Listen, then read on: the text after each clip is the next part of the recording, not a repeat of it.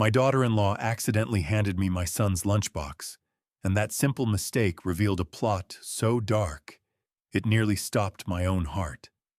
A retired nurse seated beside me glanced at the contents and went white as a ghost, then leaned in close and murmured, "Lenny, you have to get to your son immediately. If you don't, he won't be alive come the next hour."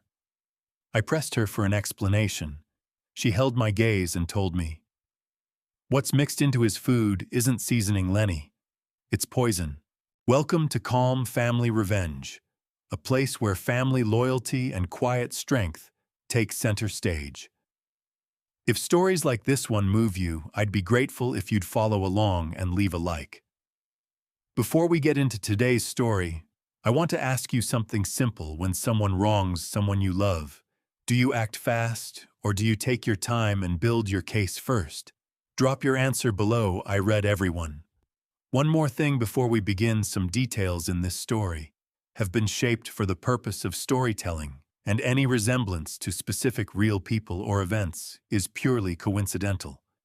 It's the heart of the message that matters. What I found when I tracked him down on the side of the highway is something no father should ever have to see. My name is Leonard Caldwell, but everyone calls me Lenny. I am 72 years old, and to the world I am just a retired old man who plays chess at the community center and drives a beat-up Chevy pickup. My daughter-in-law Serena sees me as a senile nuisance, a relic that takes up space. She thinks I spent my life pushing papers at some boring government desk. She never asked what I actually did for 30 years at the Department of Justice. She never knew I was a lead toxicologist, a man who devoted decades to analyzing the chemical compounds that killers use to silence their victims without leaving a trace. She looked at me and saw a frail old man. What she didn't realize was that she had placed the evidence of her own crime directly into the hands of the one person on earth built to catch her. It was a Tuesday, the kind of sticky, humid morning that makes your joints ache. I was settled at my regular table at the community center, the chessboard arranged between me and Mrs. Nadine. Nadine is a sharp-tongued woman who logged 40 years on the night shift in the emergency room. We were deep into our game, and I was winning when the double doors burst open and Serena swept in like a storm wrapped in spandex. She was dressed for her Pilates class, clutching a sleek, expensive stainless steel meal container in one hand and her phone in the other. She didn't spare me a glance. She just cut across the room, eyes locked on her screen, and pushed the lunchbox against my chest. "Lenny, take this," she snapped, not even offering a hello. Darius forgot his lunch sitting on the counter again. I'm already running late for my Pilates class, and I am not driving all the way to his office. You have nothing going on today, right? Just drop it off for him. Before I could get a word out, she snatched the tote bag sitting beside my feet. It was a box of dry goods I had brought for the food pantry. "Thanks, I'll take this for the recycling," she said clearly, not registering what she was holding. She was just grabbing things, frantic and self-absorbed. "Serena, that's for the," I started to say, but she was already pivoting on her heel. "Just handle it, Lenny. Darius needs to eat healthy. Don't let him pick up that greasy street food. Bye." And just like that, she was gone, leaving me holding my son's lunch. I shook my head, feeling that familiar burn of disrespect settle in my chest. To her, I was nothing but a delivery boy. I looked down at the container. It was one of those clear containers packed with organic brown rice spinach and a small glass jar of green herbal seasoning tucked in the corner. Serena was obsessed with her identity as a health influencer. She controlled every bite Darius ate, claiming she was optimizing his biorhythms. I was about to gather my chess pieces when Nadine reached out and seized my wrist. Her grip was surprisingly strong. Her eyes weren't on the board anymore. She was fixed on the lunchbox in my lap, specifically on that little glass jar of green herbs. "Let me see that," she murmured, her voice trembling in a way I had never heard from her before. I passed it over, puzzled. It's just basil or oregano, Nadine. You know how Serena is with her special blends. Nadine didn't laugh. She popped the lid off the container and unscrewed the small jar. She raised it to her nose and inhaled slowly. The reaction was immediate. She recoiled, the color draining from her face entirely. Her eyes went wide, filled with a terror that sent ice straight through my veins. Lenny, listen to me, she hissed, glancing around to confirm no one was within earshot. This is not basil. This is not oregano. I spent 40 years in that ER. I know what the smell of death looks like up close. What are you saying? I asked, my scientist's mind beginning to stir from its retirement slumber. It smells like digitalis. She said the word dropping into the air like a stone. Foxglove. We used to get kids brought in who'd eaten the flowers growing in the woods. It triggers cardiac arrest. It shuts the heart down, Lenny. If Darius eats this, he won't just fall ill. He will die. The world seemed to freeze around me. I pulled the jar back and brought it to my own nose. My olfactory memory, honed over decades of lab work, fired instantly. It was faint, buried under garlic powder and dried mint, but it was there. A bitter, earthy undercurrent that had no business being in anyone's kitchen. Digitalis. A powerful cardiac medication in controlled doses, but a lethal poison in the quantity packed into that jar. My blood ran cold. This was no accident. Serena hadn't grabbed the wrong spice. She had handed me a loaded weapon aimed squarely at my son's heart. I fumbled for my phone, my fingers trembling. I dialed Darius's number. It rang and rang and rang. Then voicemail. Hi, you've reached Darius Caldwell, CEO of NovaCure. Leave a message. Darius, do not eat lunch. I barked into the phone past Caring, who was staring. Do not touch anything Serena prepared. Call me back right now. I hung up and called again. Straight to voicemail. Panic began clawing at my throat. Darius usually ate around noon. It was 11:45 a.m. If he was heading to a meeting or stuck in traffic, he might decide to snack early. Where is he? Nadine asked, grabbing her purse. We have to find him. I thought of the family tracking app. 2 years back, Darius had put it on my phone and said, Dad, you're getting older. I just want to be able to find you if something happens. I'd been stung by that at the time, but I'd kept it. Now I opened the app, praying it could work the other way. I tapped on Darius's icon. The map loaded. A blue dot appeared not at his downtown office. It was sitting still on the I-10 overpass, miles from any exit. He's not at work, I said, my voice dropping to a growl. He stopped on the highway. Why would he be stopped on the highway? Nadine asked. He isn't moving, I said, shoving back my chair so hard it clattered across the floor. I grabbed the lunchbox, the evidence, and bolted for the door. Nadine was right on my heels. I threw the Chevy pickup into gear and tore out of the parking lot. The old engine roared in protest at the speed, but I buried the pedal. I drove with the reckless desperation of a father who knows every second counts. I cut through traffic, leaning on the horn, running a light that had barely turned red.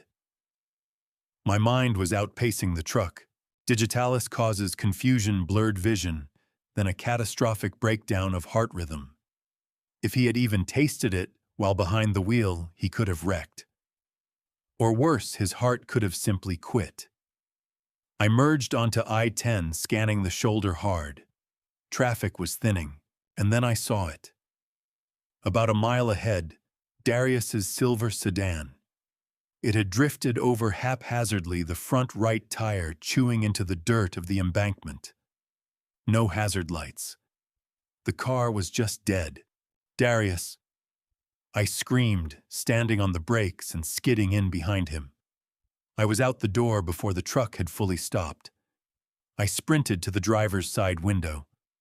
The glass was tinted, but I could make out a shape slumped over the steering wheel. Darius opened the door. I hammered on the glass. Nothing. I grabbed the handle. Locked.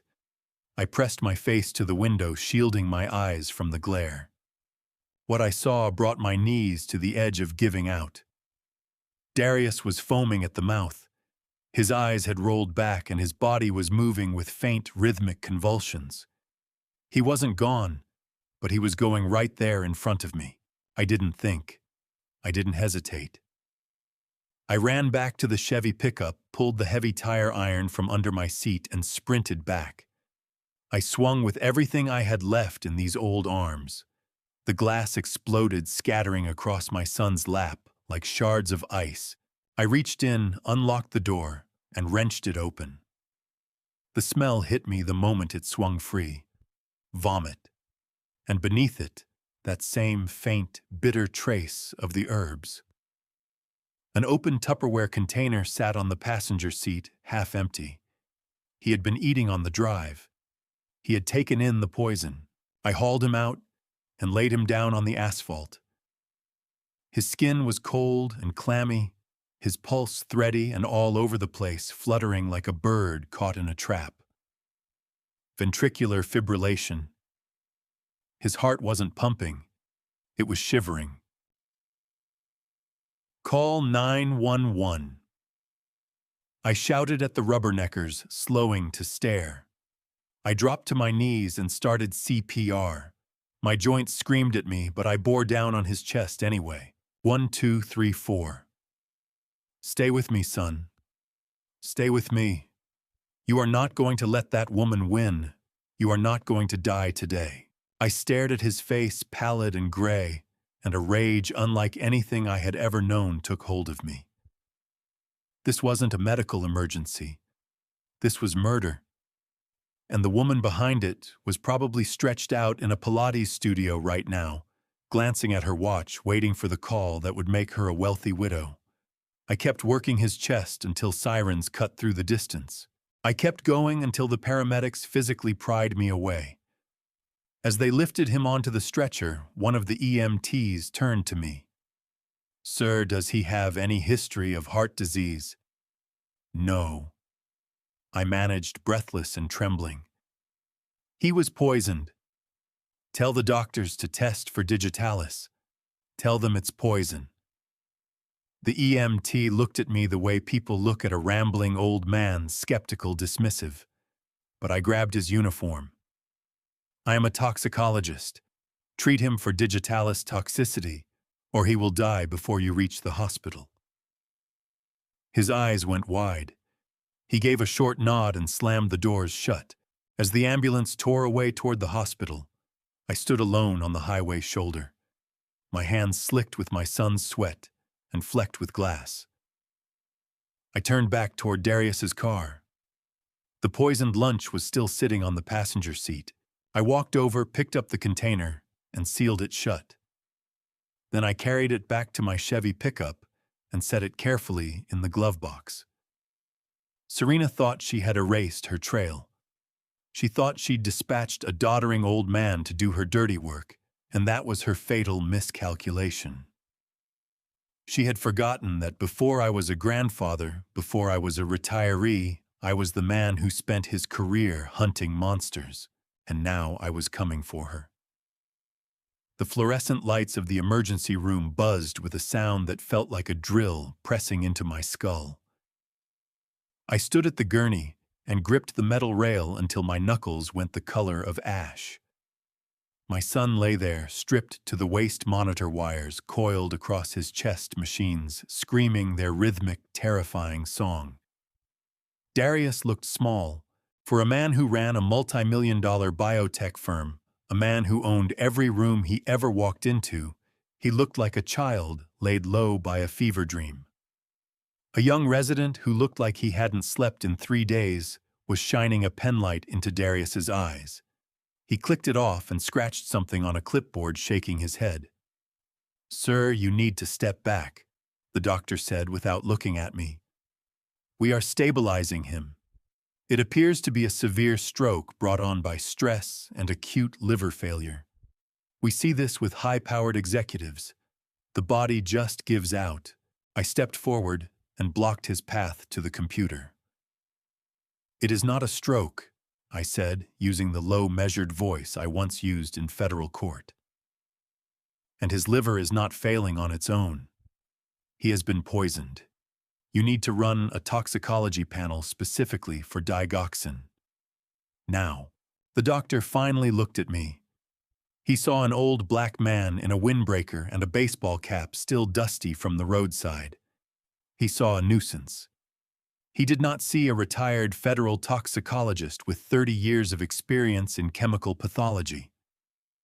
"Listen, Mr. Caldwell," the doctor said, his tone carrying that particular brand of condescension reserved for the elderly.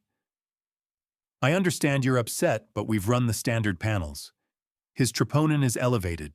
His enzymes are all over the place. This is metabolic. Please let us do our jobs and wait in the waiting room." I grabbed the doctor's arm. A breach of protocol, I didn't care. "Look at the EKG," I snapped, pointing at the monitor. "Look at those scooped ST segments. Look at the yellow halos he was reporting before he lost consciousness. Those are not stroke findings. That is textbook digitalis toxicity. If you treat him for a stroke, if you start him on blood thinners or beta blockers without confirming, you will stop his heart. Do you understand me? You will kill him." The doctor pulled free and smoothed his white coat, as if I'd left a stain on it. "Security," he called, his voice flat. "You're making a mistake." I warned him, desperation clawing up my throat. I found the source. It was in his food. "Run the test. It takes 10 minutes. "You've been reading too many crime novels, Pops," the doctor sneered, turning his back. "We treat patients on medical science, not conspiracy theories from grieving fathers." I was about to step in front of him and force him to listen when the automatic doors to the ER bay blew open with a sharp whoosh.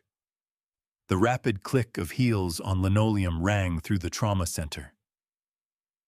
"Darius! Oh my God, Darius!"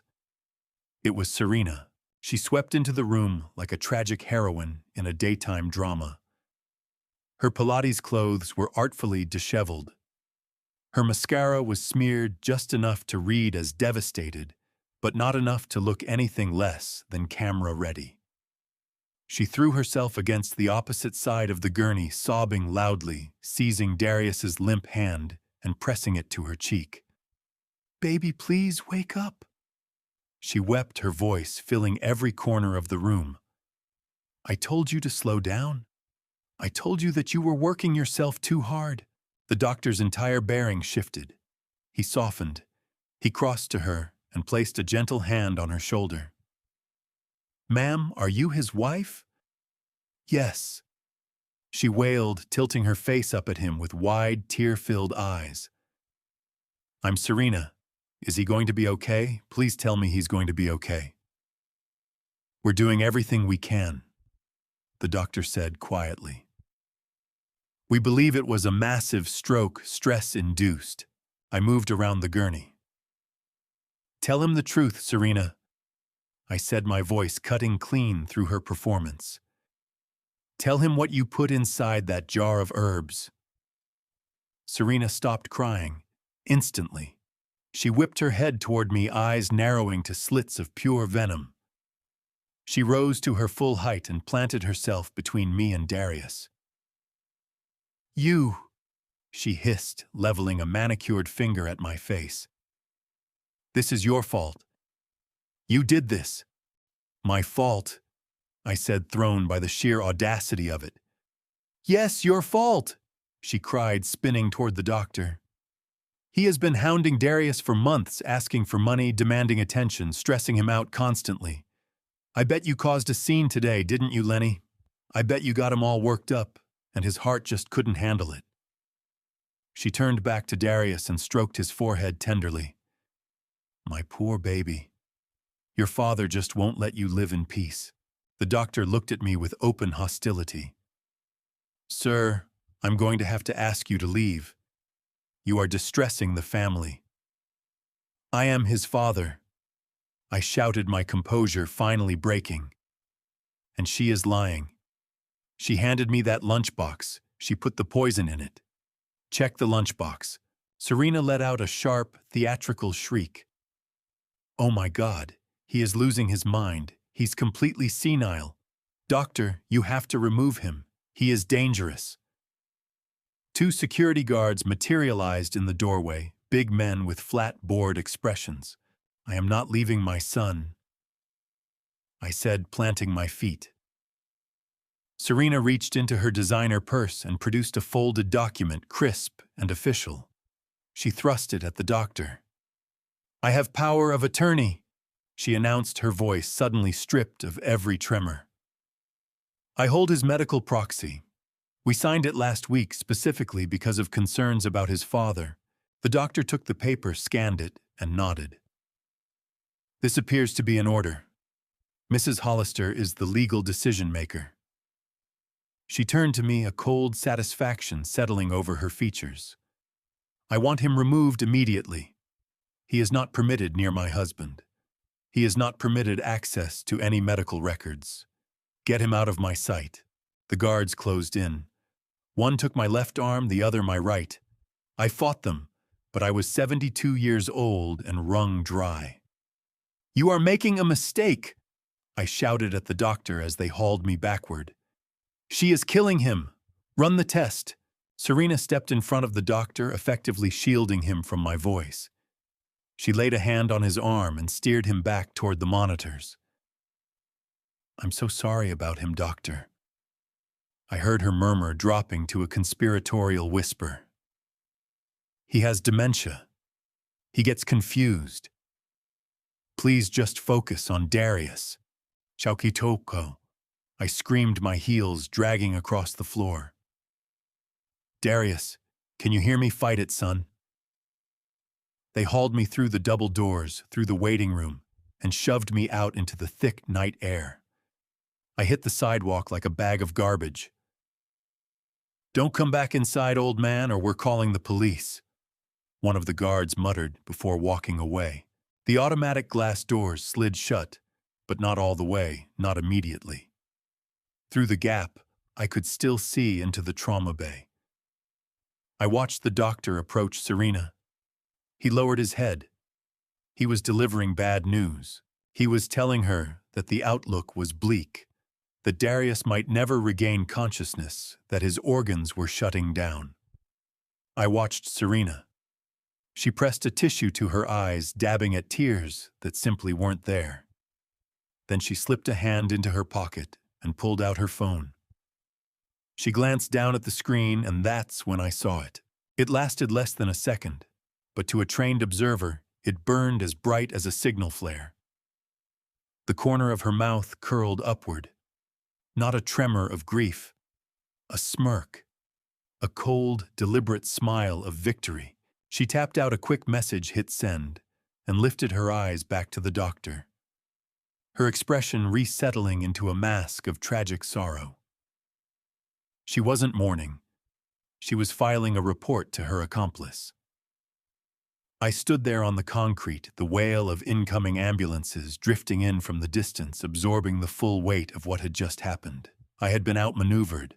I held the truth, but she held the power. She had the law. She had the doctors. But she had made one critical miscalculation. She had let me walk away. She believed she had neutralized a threat by tossing an old man out of a hospital. What she failed to understand was that locking me out had forced me to go rogue. I wasn't going to fight her on that hospital floor anymore. I was going to take the fight somewhere she thought was completely untouchable. I turned my back on the building and headed for the taxi stand. I wasn't returning to my empty apartment. I reached into my pocket and felt the cool metal of the spare key Darius had given me 2 years ago. The key to his house. The key to the crime scene. Serena was busy performing grief for an audience of doctors. That meant the house was empty. And somewhere inside, buried in her kitchen or stuffed in her trash, was the evidence I needed to put a noose around her neck. Driver, I said, pulling open the door of the first cab in line. "Take me to Cinco Ranch Estates and don't take your time." The taxi ride to Cinco Ranch Estates felt like a funeral procession for the man I used to be. I sat in the back seat watching the manicured lawns and high fences drift past, fully aware that I was about to commit a felony. I was about to break into my son's home. The driver pulled to the curb and eyed me in the rearview mirror, probably trying to work out why an old man with blood on his shirt was making a visit to the wealthiest neighborhood in the county.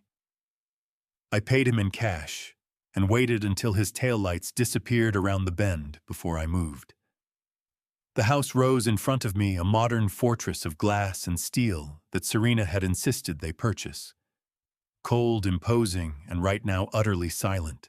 I moved up the driveway, my heart hammering against my ribs. I didn't go to the front door.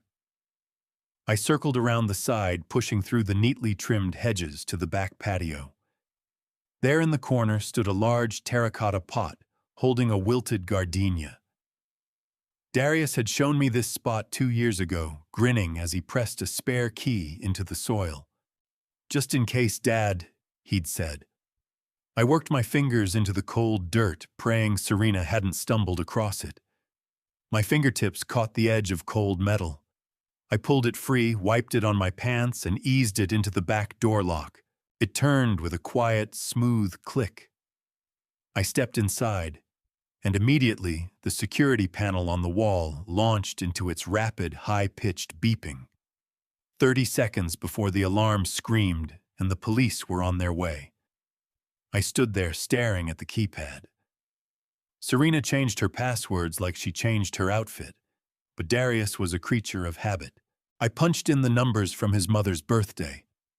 A long, angry tone. Incorrect. My hands began to sweat. 15 seconds. I tried their wedding anniversary. Incorrect. 10 seconds. I shut my eyes and tried to think like my son. What was the one thing Serena could never reach? The one thing that belonged solely to him? I entered the date he graduated from college, the day he launched his company. The beeping cut off. The small light turned green. I let out a breath I hadn't realized I'd been holding.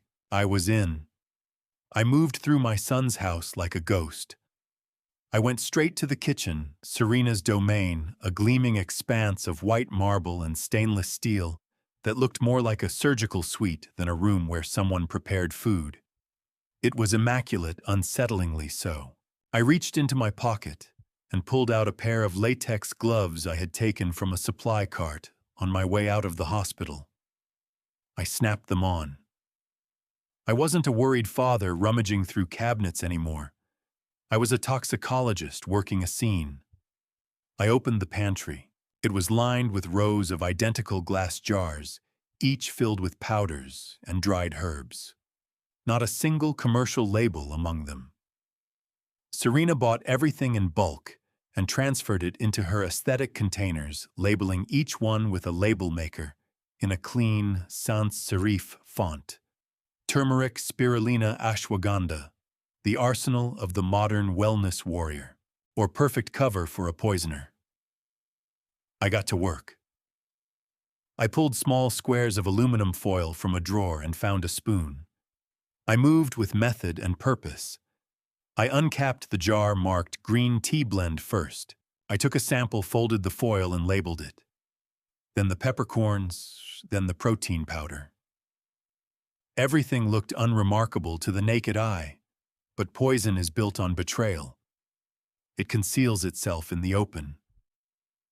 Then I reached for the salt cellar beside the stove, filled with coarse pink Himalayan salt, chunky and glittering.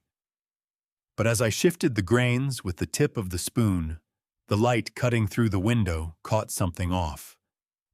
Mixed among the pink crystals were smaller, cloudier ones, uniform, slightly more opaque than the salt. I dampened the tip of my gloved finger and touched one, lifting it to my eyes. Not salt. Salt dissolves in uniform cubes. These were fractured shards. I scooped a careful amount into a foil packet. If I was right, this wasn't a seasoning. This was a slow-acting poison, something designed to erode his kidneys over months, muddle his test results, and make the killing blow read as natural organ failure. I secured the samples inside my jacket pocket. My chest was tight. I was standing in the middle of a crime scene dressed up as a domestic paradise. Every meal she had prepared, every smoothie she had run through that blender, all of it had been a weapon in disguise. I looked at the refrigerator. A photo of the two of them in Hawaii, tanned, smiling, seemingly happy. It turned my stomach. I wanted to pull it down and crush it, but I couldn't leave a trace.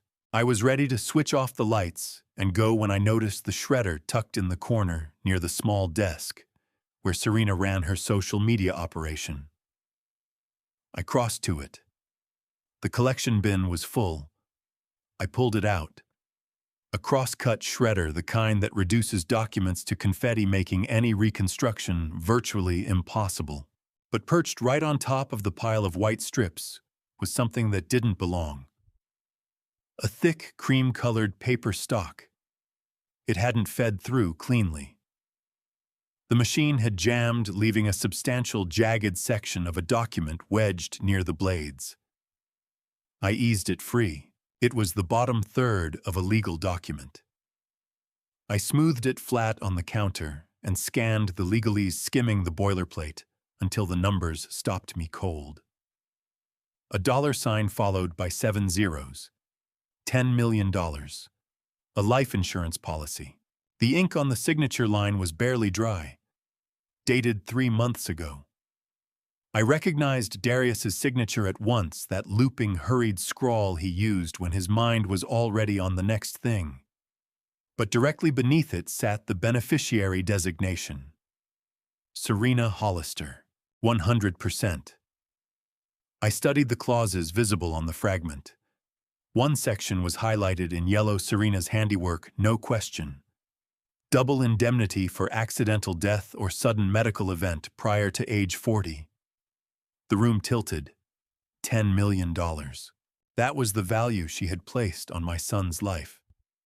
She hadn't merely planned to kill him, she had planned to profit enormously doing it. She had insured him like a racehorse she intended to run into the ground. The sheer, calculated coldness of it stole the air from my lungs. She had waited for the policy to clear its contestability period. She had waited until every signature was legally binding before she handed me that lunchbox. I folded the document fragment and tucked it into my pocket alongside the samples. I had the weapon. Now I had the motive. I had enough to take to the police. Enough to bury her. I turned to go, my hand reaching for the back door handle, when I heard it. A car engine in the driveway, the heavy thud of a luxury SUV door slamming shut. I went rigid. My watch read 2 p.m. She was supposed to be at the hospital weeping at her husband's bedside. She was supposed to be at the hospital playing the devoted, heartbroken wife for the medical staff. So why was she here? The front door lock clicked. The electronic deadbolt whirred and disengaged. I looked around in a panic. The kitchen was open plan. There was no place to conceal myself. If I slipped out the back door now, the alarm chime would sound, and she'd know instantly. I was cornered. "Honey, are you sure we have time?" A male voice rang out from the foyer.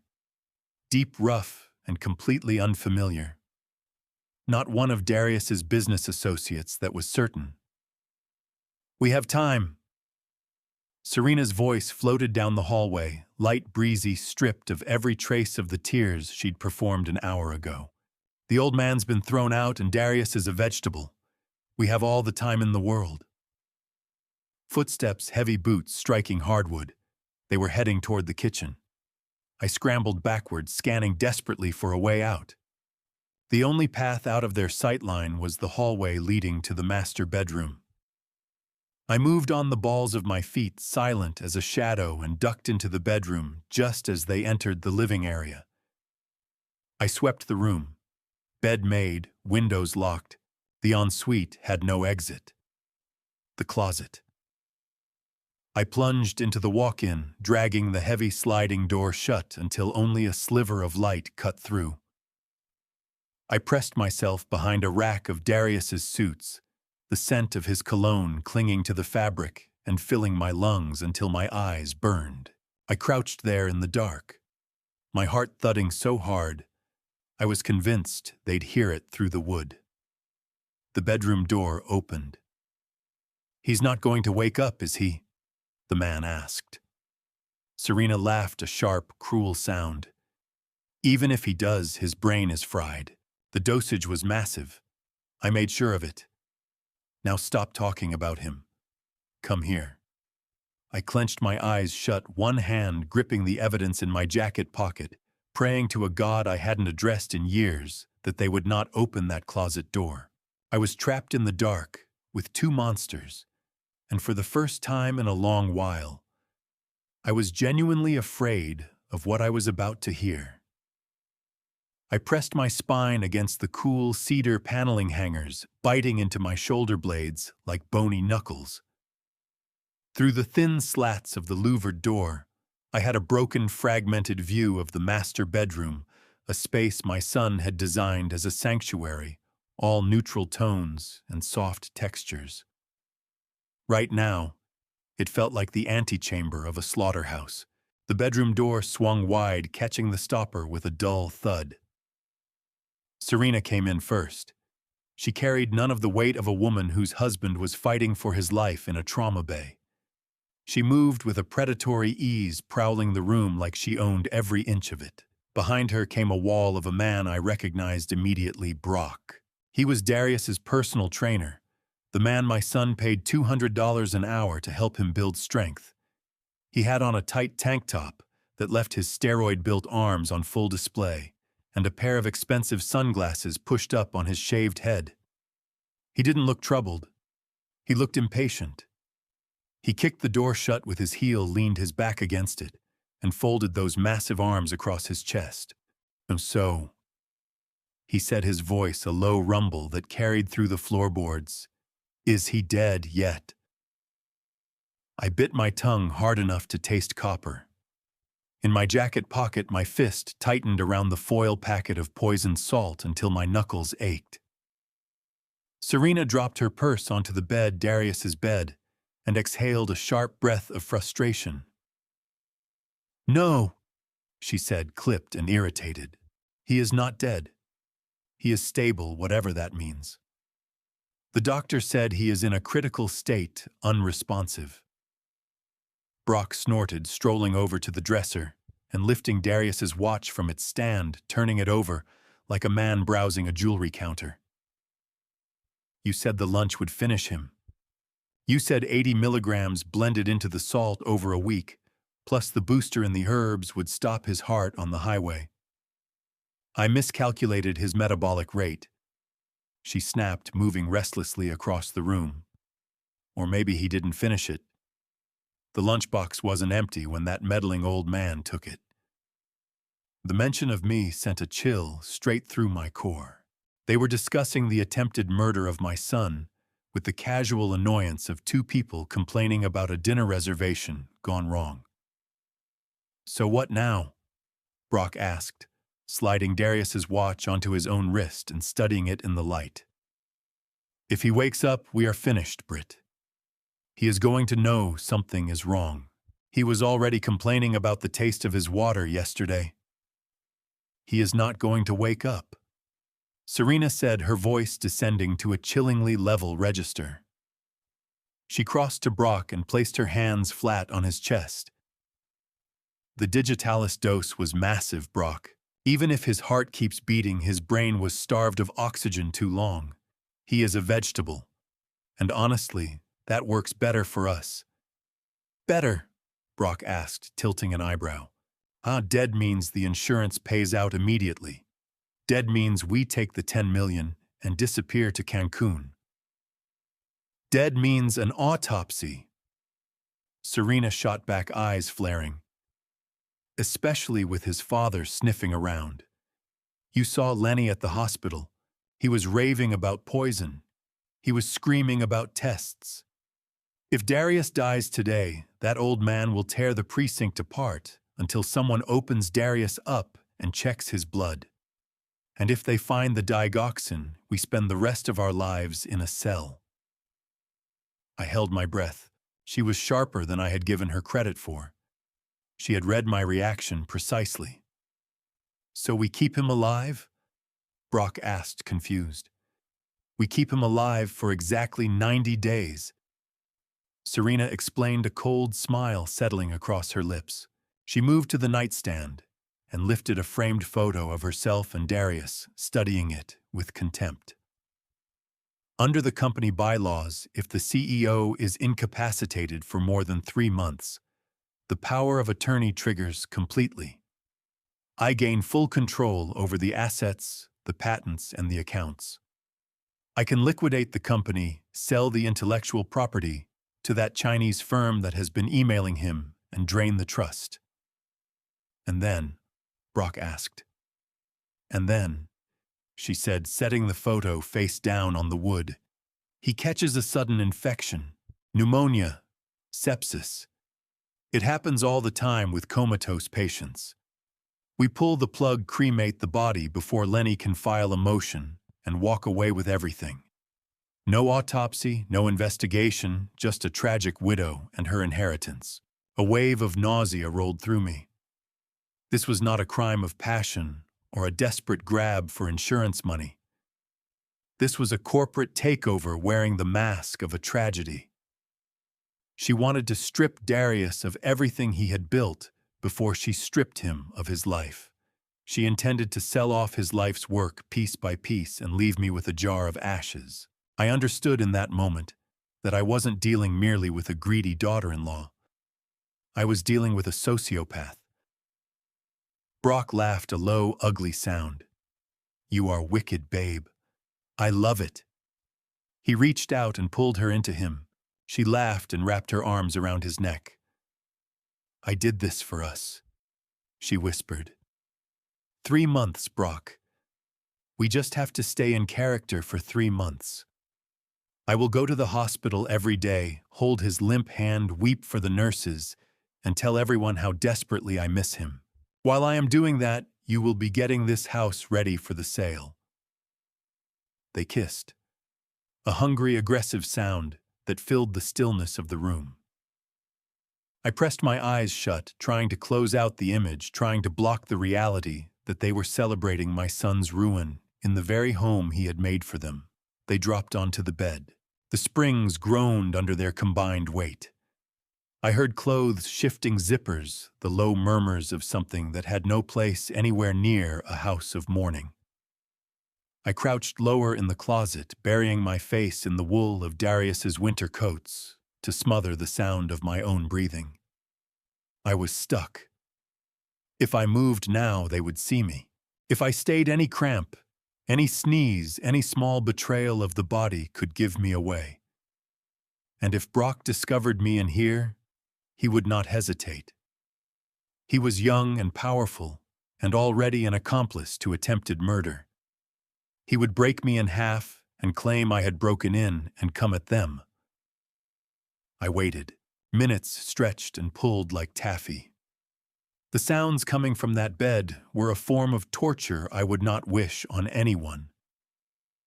I fixed my mind on the evidence in my pocket. The salt, the herbs, the shredded document. That was my armor. That was my weapon. I just had to get it out of this house alive. At last, the movement on the bed went still. "I need a shower," Brock announced, his voice thick with drowsiness. "Me too," Serena replied. "Make it quick. I have to get back to the hospital and make sure the nurses aren't letting Lenny in." I heard them rise. I heard the bathroom door swing open and the heavy slap of footsteps across the tile. Then the shower kicked on the rush of water loud enough to swallow the sound of an old man making his exit. This was my window. I eased the closet door open, wincing as the rollers let out a faint squeak. I went still, but the water kept running. I stepped out into the bedroom. The sheets were a twisted wreck, a sight that twisted something in my gut where my son was concerned. I turned my eyes away and moved toward the window on the far wall. Second story looking out over the backyard. I flipped the latch and slid it up. It glided without a sound.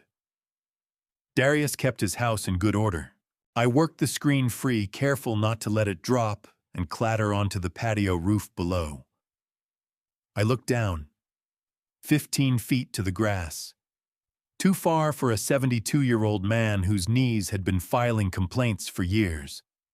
But off to the right, running along the brickwork, was a solid copper drain pipe.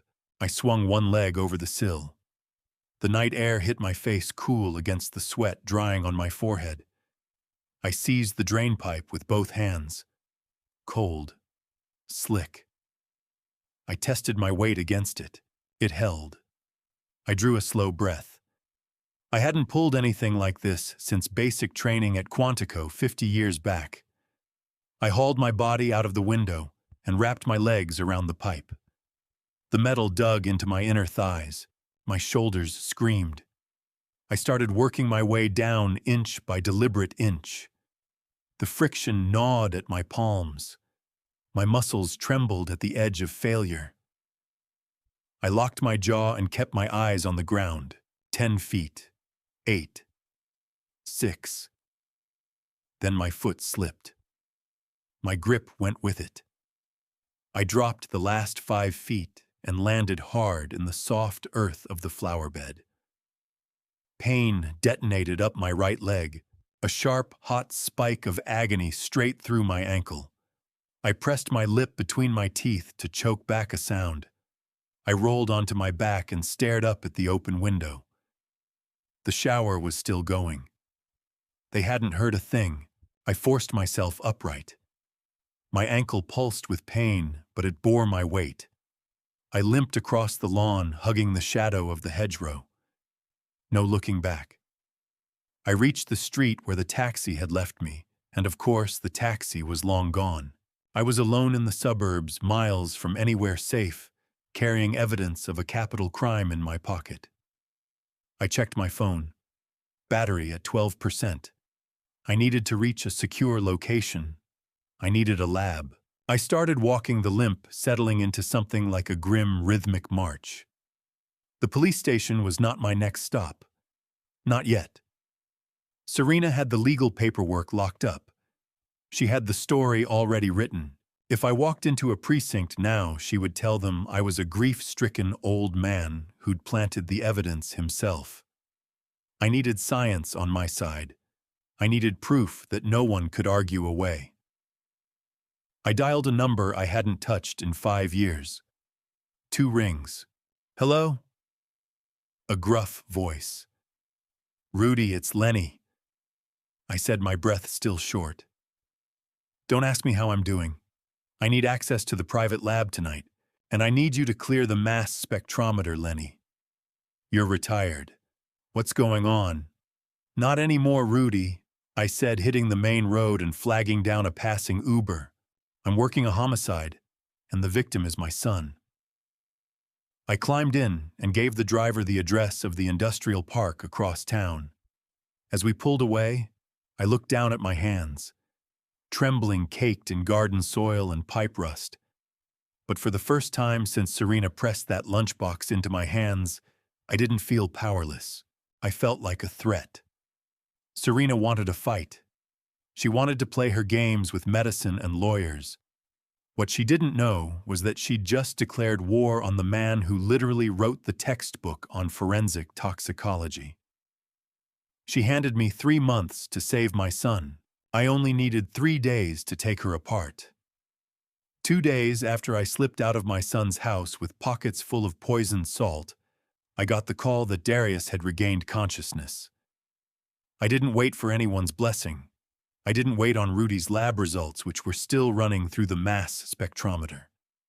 I drove straight to the hospital, leaving my truck 3 blocks out to keep clear of the security guards who'd thrown me out like I was nothing. I slipped in through the loading dock, falling in behind a delivery crew, my heart hammering equal parts hope and dread against my ribs. I made it up to the ICU without anyone stopping me. The nurse at the station had her head down, fingers flying across the keyboard. I stepped into room 402. The blinds were shut, filling the room with a dull, gray half-light. Darius lay propped against his pillows, skin the color of old parchment, eyes open and aimed at the ceiling tiles like they might offer him something. "Darius," I whispered, moving closer. "It's me. It's Dad." He turned his head, the motion halting and disjointed.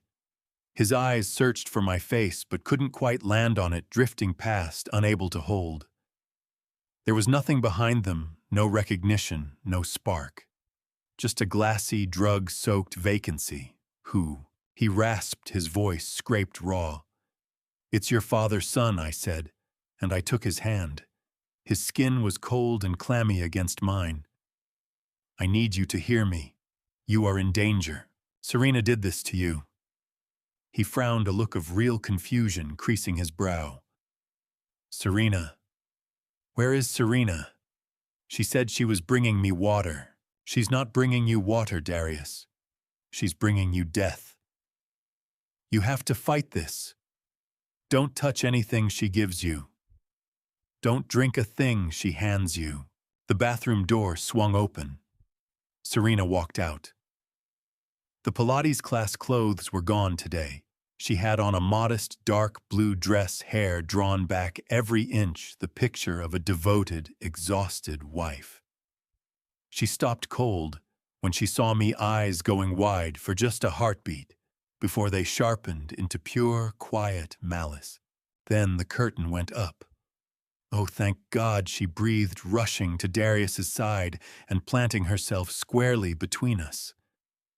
"Darius, baby. Are you okay? Did he hurt you?" Darius looked back and forth between us, his face unmoored. "He's yelling. Serena." My head hurts. I was not yelling, but to his poisoned, clouded mind, my urgency must have registered as aggression. "I know, baby. I know," she murmured, her hand moving gently through his hair.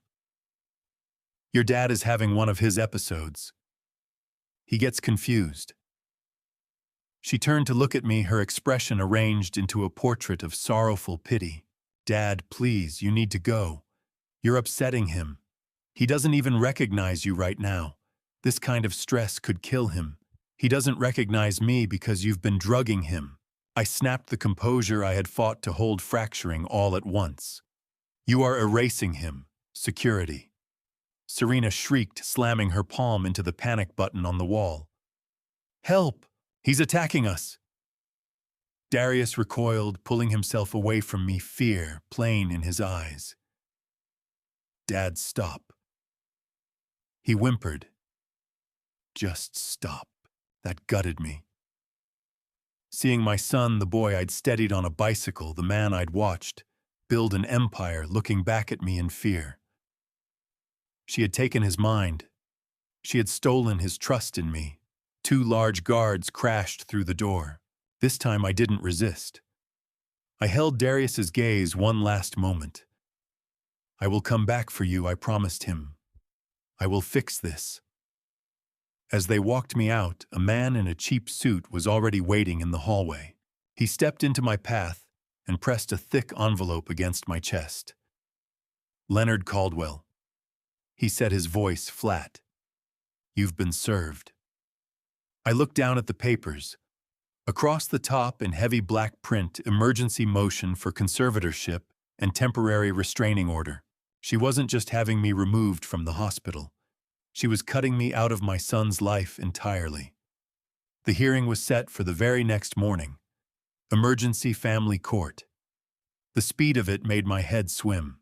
It takes weeks to land a hearing over a parking ticket, but Serena had gotten a judge to take up the question of a man's life in under 24 hours. That took money. That took reach. I stood in the courtroom the following day in my only suit, navy blue, carrying the faint ghost of mothballs. I stood there alone.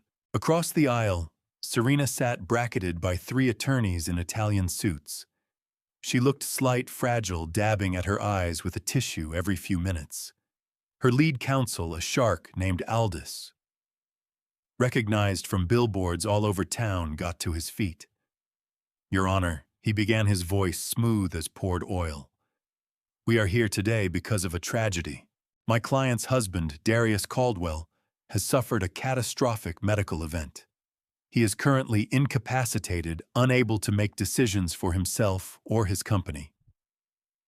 He paused for effect, glancing at the judge, a tired-looking woman named Judge Whitfield.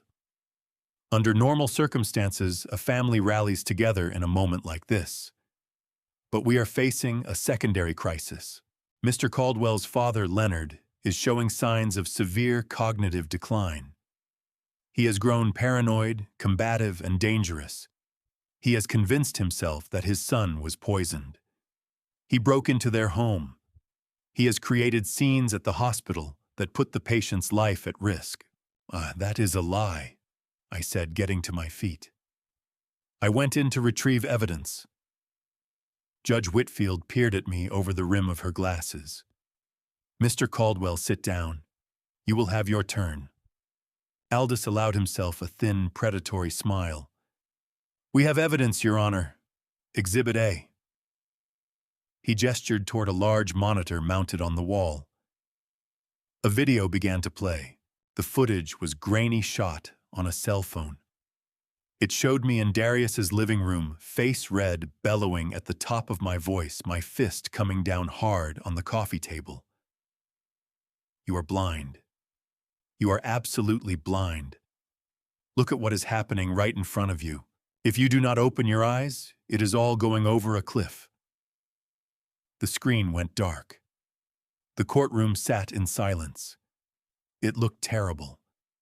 It looked like a man who'd lost his mind screaming at his own son.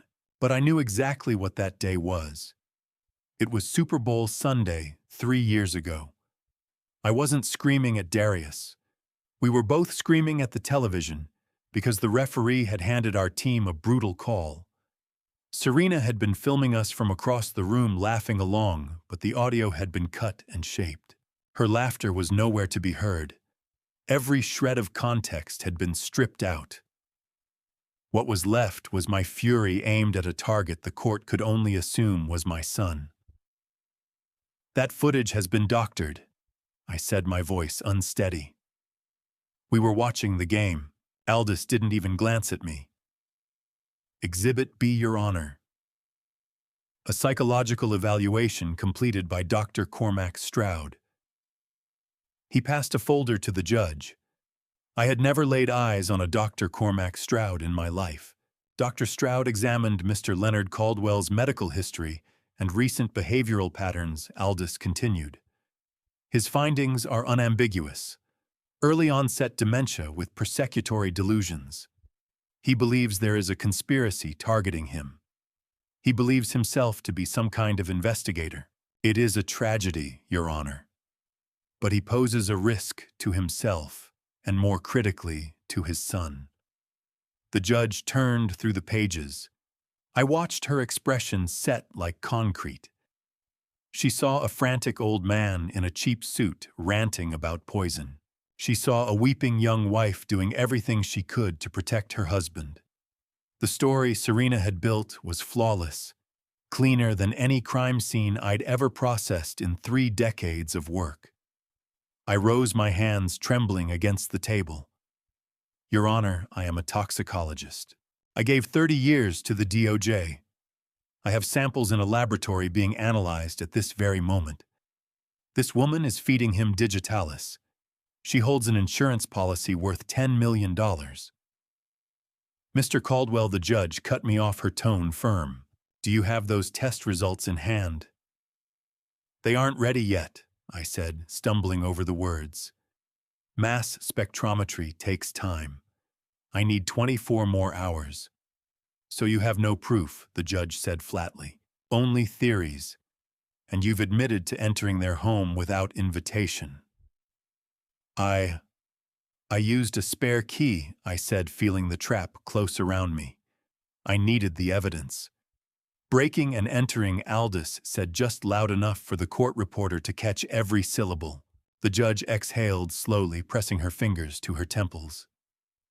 She looked toward Serena, who was bent over her hands, crying quietly. "Mrs. Hollister, I am granting the emergency conservatorship. You will hold full legal authority over your husband's medical care and his estate for a period of 30 days, pending a complete review." Serena gave a small nod, mouthing the words, "Thank you." Furthermore, the judge went on, turning to me with a look of pity that landed like a slap across the face. "I am issuing the restraining order. Mr. Leonard Caldwell, you are to remain 100 yards from Darius Caldwell and Serena Hollister at all times. You may not contact them, visit the hospital, or approach the residence.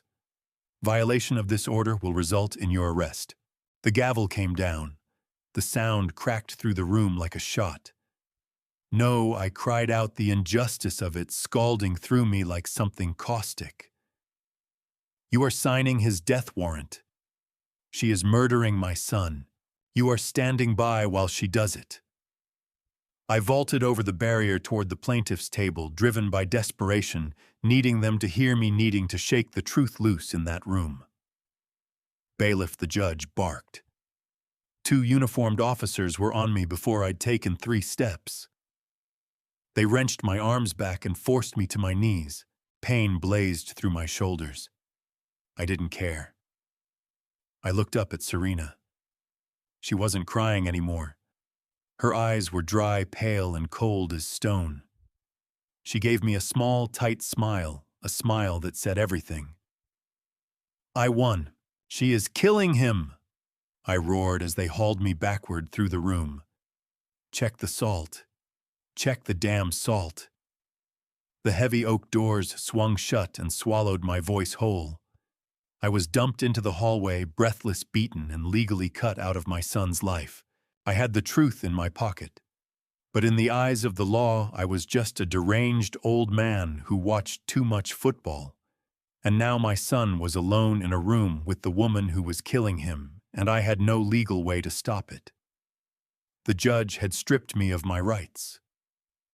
She had not stripped me of what I knew, and she certainly hadn't touched the evidence that was eating a hole through my pocket. I drove home in the kind of silence that sits on your chest, like a stone, the kind that usually means someone is about to be buried. But I was not thinking about a burial. I was thinking about a resurrection. I pulled my truck into the garage and shut the door, dropping the space into darkness before I cut the engine. I sat still for a moment, listening to the metal tick and cool around me, letting the rage compress itself into something cold and solid at my center. Serena believed she had won because she had a piece of paper stamped with a court seal. She didn't understand that what happened in that courtroom was theater. The real verdict was going to come out of a laboratory. I locked the front door of my small bungalow and pulled the blinds closed. I checked the street. Nothing. I walked to the heavy oak door at the end of the hallway and opened it onto the basement stairs. I hadn't been down there in months, not since I'd boxed up the last of my files and called it a career. I hit the switch. The fluorescent lights sputtered and buzzed to life, revealing a space that looked far less like storage and far more like a bunker. This was my ground. Along one wall ran a stainless steel workbench I'd picked up from a government surplus sale. The shelves above it held row after row of brown glass reagent bottles, dusty but sealed tight. In the corner, hidden under a plastic tarp, sat my most prized possession, a high-powered compound microscope with polarized light capability, alongside a vintage but fully operational spectrophotometer. I pulled the tarp away, the plastic crackling in the stillness. Dust drifted through the light in slow spirals. I found a rag and cleaned the lenses carefully. This wasn't just maintenance. I was bringing the old soldier back to life. I laid the foil packets out on the steel table, the salt, the herbs, the shredded paper. I snapped on a clean pair of latex gloves and drew a fresh glass slide from the box. I started with the salt. I scattered a few grains onto the slide, and added a drop of distilled water to dissolve the sodium chloride, hoping to isolate whatever didn't belong. I slid it under the lens and brought the image into focus.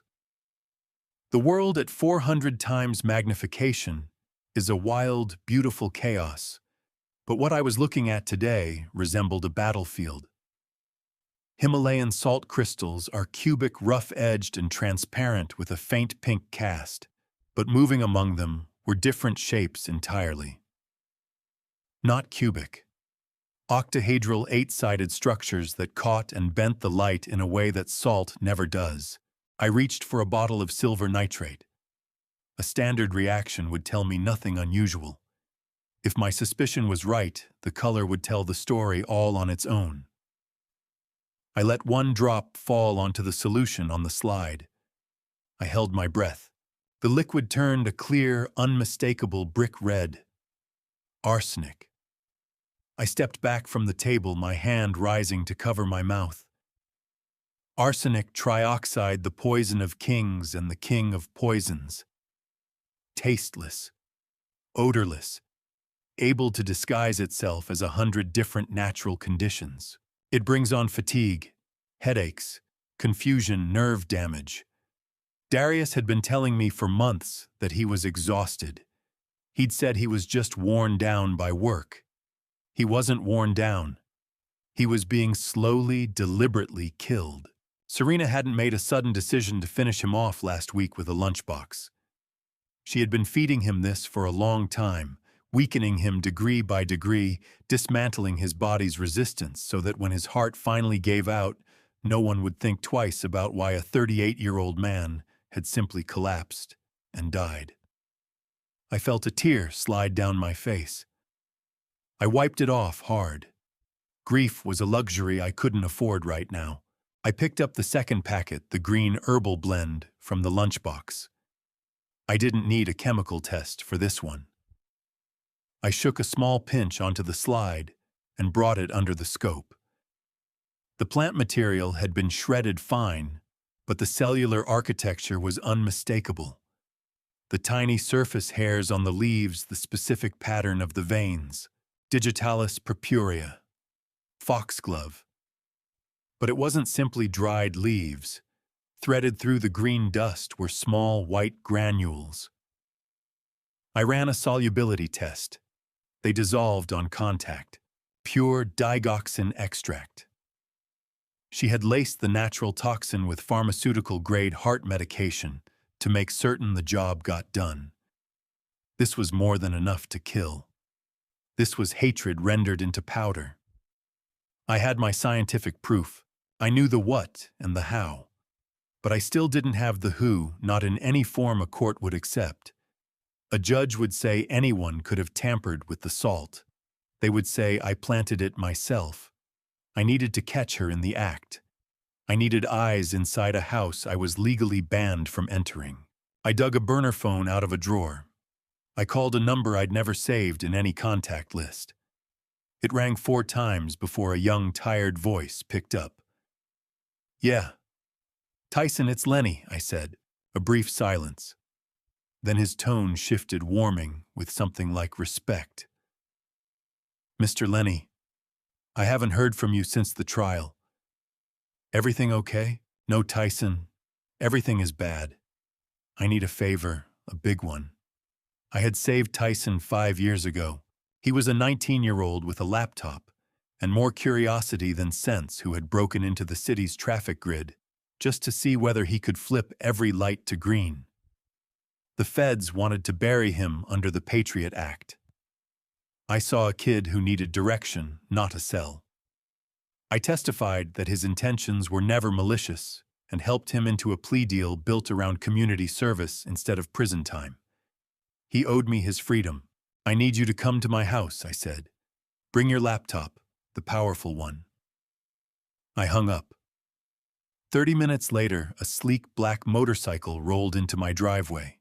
Tyson came down into my basement, dreadlocks pulled back, hauling a backpack that looked like it was carrying half a server rack. He swept his eyes around the lab equipment and let out a slow whistle. "You breaking bad down here, Mr. Lenny. he asked, a grin pulling at the corner of his mouth. I am catching a killer, I said, my face giving him nothing. I pulled out the chair beside me. Sit down. I walked him through everything. I told him about Darius, about Serena, about the court order.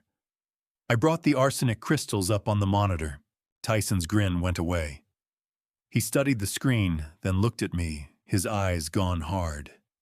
She is poisoning your boy, he said quietly. Yes, and she has a full smart home setup. Cameras in every room. Alarm sensors on every window. She thinks she wiped everything, but she is sloppy. She thinks hitting delete makes things vanish. Tyson cracked his knuckles and lifted the laptop lid. His fingers moved across the keys, in bursts running commands faster than my eyes could track. What is the address? I gave it to him. Cinco Ranch Estates, he muttered. High-end security, probably cloud-based with a local backup. Give me 10 minutes. I watched him work. It was a different discipline from chemistry, but the precision was exactly the same. He wasn't combining compounds. He was breaching firewalls, probing for a back door, a weak password, a seam in the code. Gotcha, he said under his breath 7 minutes in. She changed the admin password to her birthday.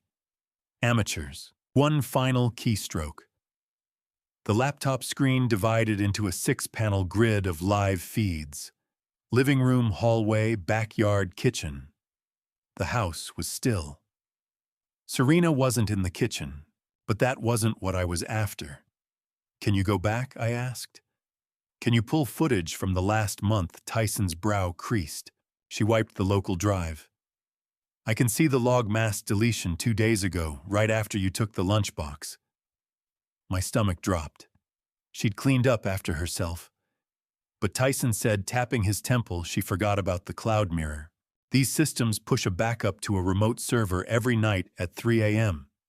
Unless she has the master encryption key to the server farm, which she absolutely does not, that footage is still out there. It just takes a little finesse to pull it down. He typed for another few minutes. A progress bar filled the screen, retrieving archived data. 20%, 50%, 80%. Complete. Files began dropping into a folder on his desktop. Hundreds of them.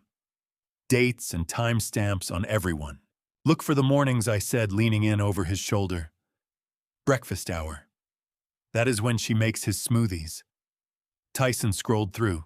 He clicked a file dated 3 weeks back, 7:30 a.m. The video opened. The image was sharp, high-definition 4K. It showed Serena at the kitchen island dressed in a silk robe, looking every bit as composed and beautiful as she wanted the world to believe. Darius came into the frame a moment later in his work clothes, looking worn. He kissed her cheek and settled at the counter, eyes on his phone. Serena turned her back to him. She opened the cupboard and pulled out a large tub of protein powder. She scooped some into the blender. Then her hand went into the pocket of her robe. I stopped breathing. She brought out a small orange prescription bottle. She didn't tip a pill in.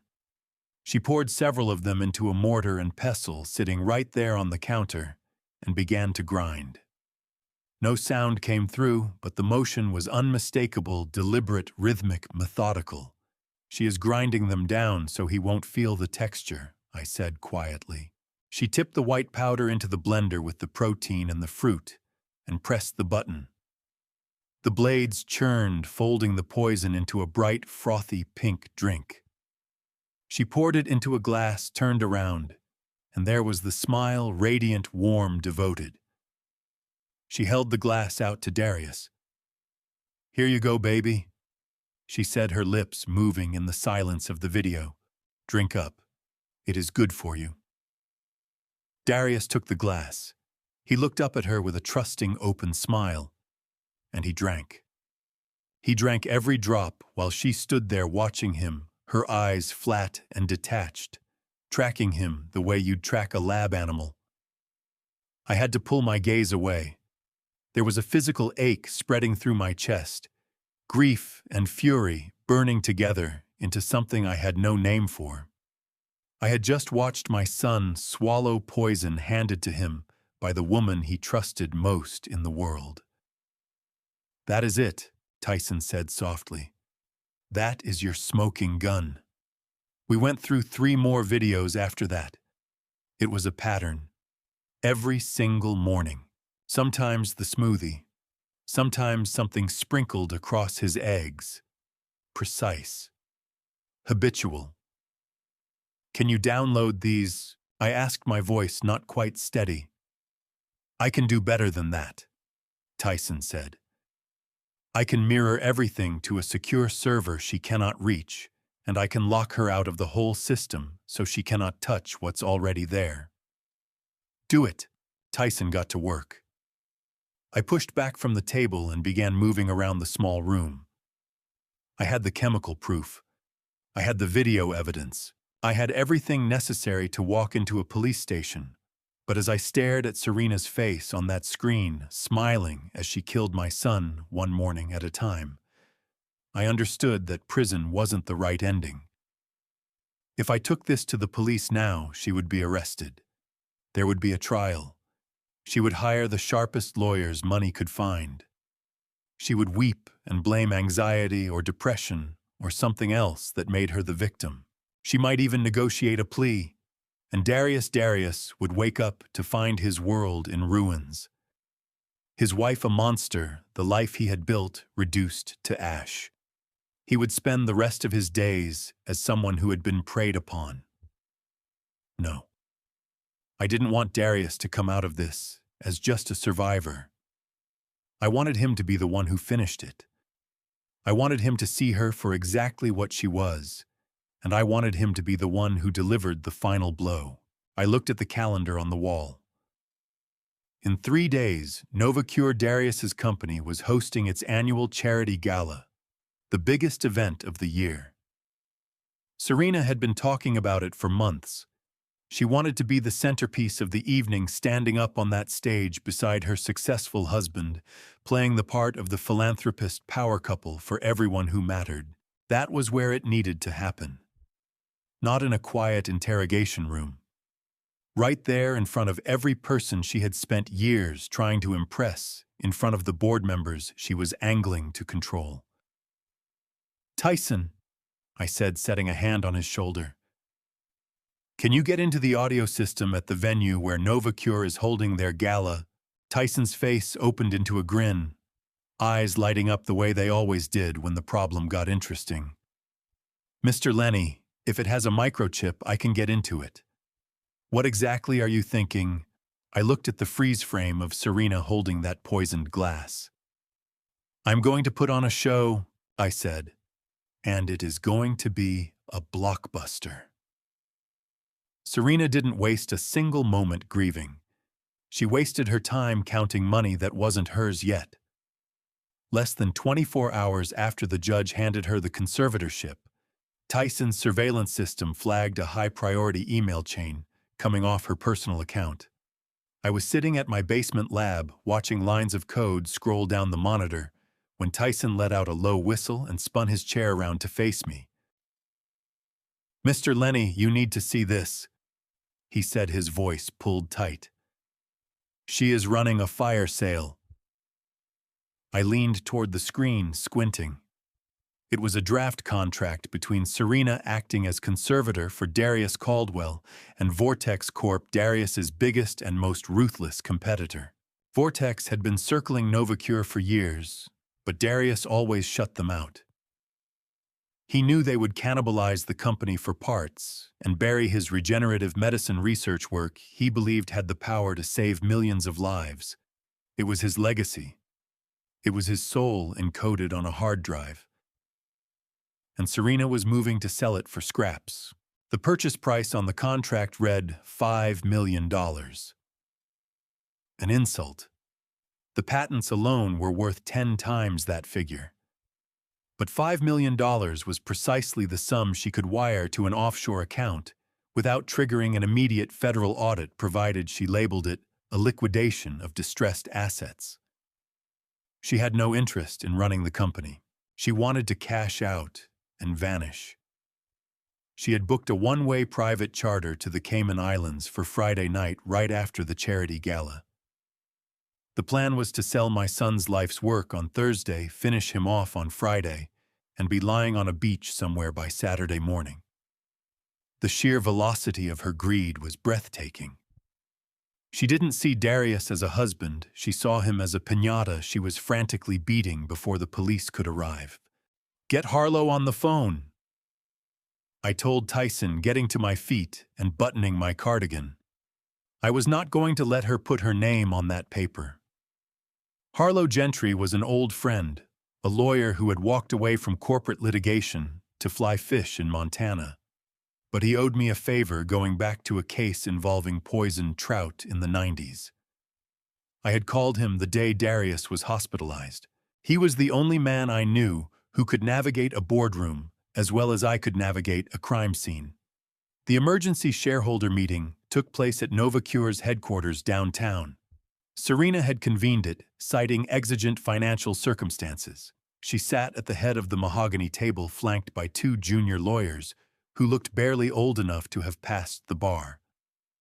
Across from her sat the Vortex representatives wearing expressions like wolves who had just been shown inside the sheep pen. I wasn't in the room. I was watching through the security camera feed Tyson had hijacked. But Harlow was there. He came through the door at the exact moment Serena lifted a gold fountain pen to sign the deed of sale. "Stop." Harlow's voice filled the room, bouncing off the glass walls. Serena looked up, irritated, not rattled. "Who are you? This is a closed meeting." "My name is Harlow Gentry. I represent the primary shareholder of Novacure," he said, dropping a leather-bound folio onto the table. It slid across the polished surface and came to rest inches from her hand. "And you do not have the authority to sell these assets." Serena let out a short, sharp laugh of disbelief. "My husband owns 51% of this company. I am his legal conservator. I have total authority here." "Your husband owns 51% of the common stock," Harlow said, opening the folio. "He does not hold the preferred shares. Those belong to the angel investor who provided the startup capital 15 years ago. A silent partner who retained Class A voting rights, specifically the right to veto any sale of intellectual property or dissolution of the company." Something shifted in Serena's face. The confidence behind her eyes flickered. "Darius never had an angel investor. He built this from his garage." "He built it with capital provided by a silent backer," Harlow said. "Someone who cashed out his government pension and took a second mortgage on his home to give his son the chance to change the world." He pointed a finger toward the camera in the corner of the room, looking directly at me. "That investor is Mr. Leonard Caldwell." Serena went pale. She snatched the document and began flipping through the pages, her eyes racing across the incorporation papers, the amendments, the shareholder registry. It was all there. Buried inside the fine print of the company's founding documents was my name. I had kept it hidden deliberately, even from Darius in the early years, because I wanted the victory to feel entirely his own. I wanted him to stand tall, to know he had done it himself. But I had kept the safety switch in place just in case he ever lost his footing, or in case someone tried to pull the ground out from under him. "This is fake," she whispered, her hands trembling against the paper. "The old man is broke. He drives a truck from the 90s. He lives in a shack. He lives modestly because he plowed his dividends back into his son's dream." Harlow said, his voice carrying no warmth at all. "He holds 30% of the preferred stock, and as his proxy, I am formally exercising his veto right. This sale is dead. Get out." The Vortex representatives didn't require a second invitation. They rose, collected their papers, and walked out, throwing dark looks at Serena on their way through the door. They knew a collapsed deal when they were sitting inside one. Serena was left alone at the table, the gold pen useless between her fingers. She stared straight into the camera, and the mask she always wore slowly dissolved into something raw and ugly, pure, undiluted rage. It landed on her in that moment. The feeble old man she had been mocking wasn't just watching her from the shadows. He was moving pieces on the board. She swept everything off the table with a scream of frustration and stormed out. I settled back in my chair in the basement with a grim, quiet satisfaction. I had cut off the money. I had sealed her escape route. She was cornered now, and a cornered animal is the most dangerous thing in the world. I knew she would come. I sent Tyson home telling him things were about to turn ugly, and I had no intention of putting him in the middle of it. I switched off the lights through the house, leaving only the desk lamp in the living room burning. I brewed a pot of chamomile tea and lowered myself into my armchair facing the front door. I set my digital recorder on the side table, its red light blinking in the darkness with a slow, steady pulse. It was just past midnight when headlights swept across the front window. A car door slammed. Hard, furious footsteps hammered up the walkway. Bam, bam, bam! The door shuddered in its frame. She was kicking it. "Open the door, Lenny!" she screamed. "I know you are in there. Open the damn door!" I raised the teacup to my lips, hot and calming. I didn't move. She hit it again harder. "You think you are clever. You think you can stop me with some dusty paperwork. That money is mine. I earned it. I put up with his boring stories and his late nights for 5 years. I deserve it." She was coming apart at the seams. The cool, calculating mask had slipped away, and what was underneath was a desperate, grasping child who'd been denied what she wanted. She paced the porch in tight, agitated circles, her heels snapping against the concrete like sleet. "I'm not going to let you win, old man. Do you hear me? I have the power. I have the judge in my pocket." I sat still, a ghost inside my own home. I wanted her to believe I was afraid. I wanted her to feel like she held all the cards, because arrogance is what makes people careless. The pounding died away.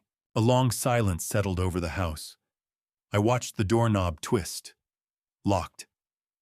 Then I heard the mail slot creak open. A blade of streetlight cut across the floor. Her eyes appeared in the narrow gap, wild, bloodshot burning. She pressed her face against the brass plate and peered into the darkness of my living room. "Listen to me carefully, Lenny," she hissed, her voice dropping to something low and venomous, spreading through the house like a cold draft, seeping under a door. I leaned forward slightly, making sure the recorder was catching every word. "You blocked the sale. Fine. But you seem to have forgotten who holds the keys to the castle. I am his conservator. I decide where he goes. I decide who treats him." She let that sit in the air between us for a moment. "Tomorrow morning, I am signing the discharge papers. I am bringing Darius home. The doctors say he is stable enough for home hospice care. But accidents happen at home, Lenny. Stairs are slippery, wheelchairs tip over, necks snap so easily when someone falls the wrong way." I felt my grip close around the teacup until I sensed the china begin to crack under my thumb. "If you do not sign that waiver and release those shares by noon tomorrow, Darius is going to have a terrible accident. And this time, there won't be any digitalis for you to find, just a broken body at the bottom of the stairs. And I will make sure the casket stays closed so you don't have to look at his face." She spat through the slot. "You have 12 hours, old man. Sign the papers or bury your son." The mail slot snapped shut. I heard her footsteps cross back to the car, the engine turn over hard, and the tires shriek as she tore away into the night. I sat there in the silence for a long time. The tea had gone cold in the cup. The threat she had left behind hung in the room like something with weight. She wasn't bluffing. She was boxed in out of money and running on desperation. She was going to kill him tomorrow. The slow, patient poisoning was finished. She was shifting to something blunt and brutal. What I was about to uncover in those files would make my blood run cold, and it would force a decision that no father should ever have to make alone.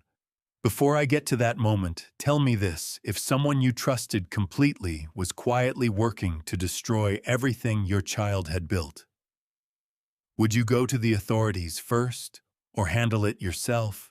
I picked up the recorder and pressed stop. I had the threat on tape. I had the motive.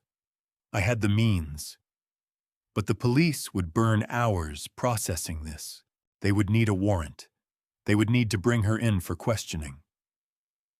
By the time they chewed through all that red tape, Darius would be dead at the foot of a staircase. I couldn't hand this to the law. The law moved too slowly for the timeline of a murder in progress. I pushed up from the chair and walked to the basement door. I looked at the calendar.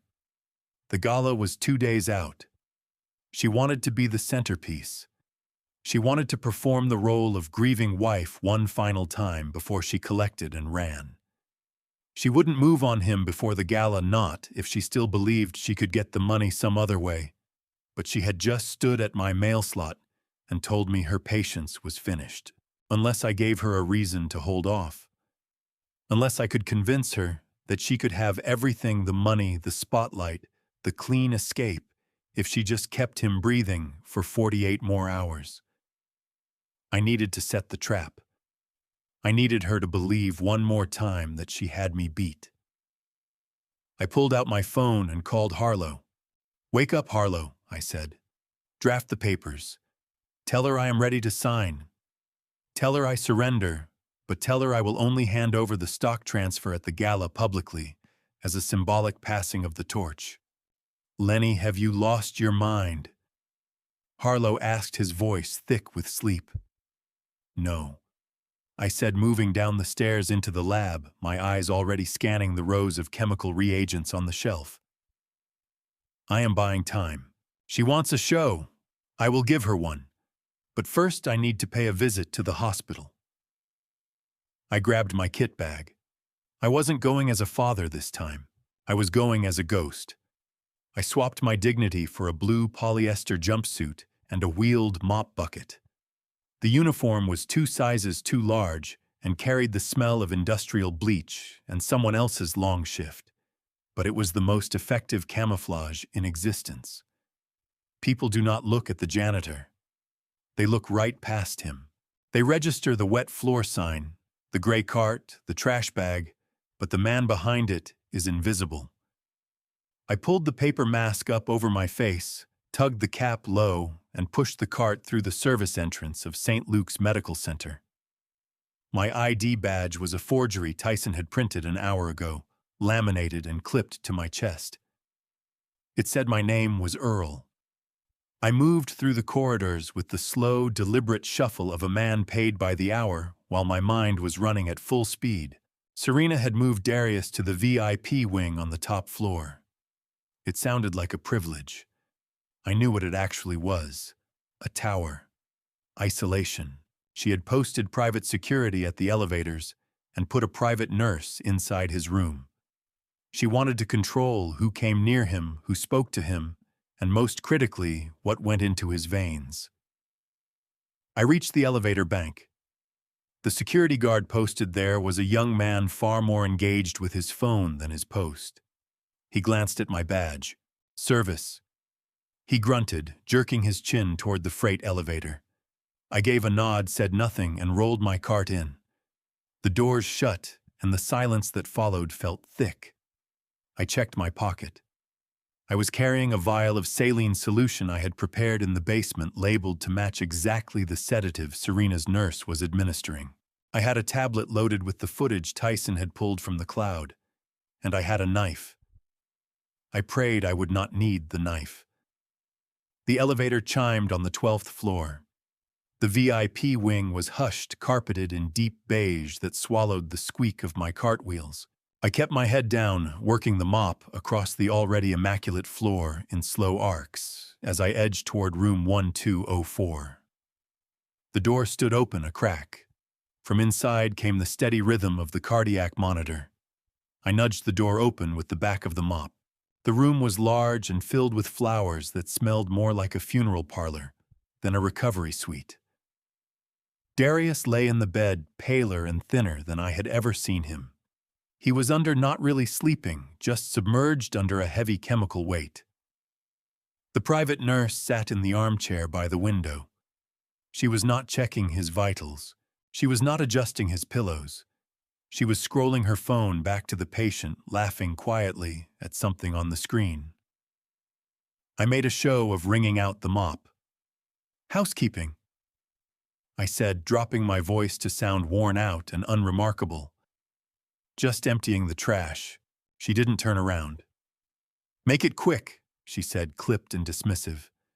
"And don't wake him up. I just gave him his dose." She flicked a hand at me without looking. Perfect. She was arrogant. She had already decided I was beneath her notice. I rolled the cart into the room and positioned it between her chair and the IV stand beside Darius's bed, putting my body between her eyes and my hands. I reached into the front pocket of the jumpsuit. My fingers moved on muscle memory alone. Decades of handling volatile compounds had made the motion automatic. I took hold of the sedative vial hanging from the IV drip, midazolam, a powerful benzodiazepine. It kept him passive and clouded. It kept him from asking why his wife was selling his company out from under him. I unhooked it. In one smooth, practiced motion, I swapped it for the saline vial. The two looked identical. Clear liquid dripped into the chamber and continued its way down the line into my son's arm. I slid the real sedative into my pocket. The nurse shifted in the armchair. I went still. "You almost done over there?" she asked, eyes still on her phone. "Just about, ma'am," I said. I tied off the trash bag with a deliberate rustling that filled the room with noise and covered the sound of my breathing. I dropped it onto the cart, rolled back toward the door, and stepped into the hallway, my heart driving hard against my chest. Step 1 was done. Now came the waiting. Saline doesn't bring a man back all at once. It simply stops the suppression. His liver and kidneys, battered as they were, would need time to filter out what was already in his system. An hour, maybe 2. I steered the cart into the supply closet down the corridor and turned the lock from the inside. I sat down on a stack of paper towels and watched the minutes move on my watch. I counted them. I counted my own heartbeats. I thought about the small boy who used to sprint across the yard and crash into my arms when I got home. I thought about the man who had built something remarkable from nothing but a garage and a vision. I was not going to let him fade out in a drugged stupor. 90 minutes later, the nurse came out of the room. I watched through the gap in the closet door. Coffee mug in hand, heading for the break room. Now. I left the cart. I left the mop. I walked directly into room 1204 and locked the door behind me. I dragged a heavy chair and wedged it under the handle. If security came, they would have to break it down. I crossed to the bed. Darius was beginning to surface. His eyelids moved. A low groan escaped him as he shifted beneath the sheets. The saline was doing its work. The fog was starting to thin. "Darius," I said, my voice firm. "Wake up." His eyes opened bloodshot, struggling to focus, but his. He blinked against the light. He took in the ceiling, then the window, then me. A frown crossed his face. "Dad." The word came out barely above a whisper, scraped and raw. "Why are you dressed like that? Don't ask questions, son. We don't have time for that. I need you sitting up. I need your eyes on me." He tried to push himself upright, but his arms had no strength left. I got my hands under his shoulders and pulled him up, packing pillows in behind him. He stared at me, confusion and fear pulling at his face from opposite directions. "Serena told me you were losing it," he said, his words still slurring at the edges. "She said you went after the doctors." "Serena is a liar," I said. I drew the tablet out of my jumpsuit.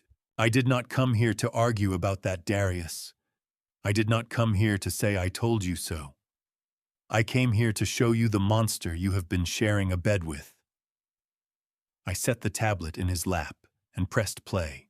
The footage Tyson had pulled from the cloud filled the screen. The kitchen. Serena grinding the pills. Serena folding the powder into the smoothie. Serena turning around with a warm, radiant smile, handing him the poison. Darius watched without making a sound. His face emptied out. He was watching the woman he had married, the woman he adored, calmly and methodically arranging his death. "That is not real," he breathed, his head moving side to side. "That has to be a deep fake. She loves me." "Keep watching," I said. My voice left no room for argument. The footage changed. It was the video from the bedroom. Serena and Brock, the laughter, the conversation about 90 days, the plan to pull the plug, the scheme to cremate him and bury the evidence with him.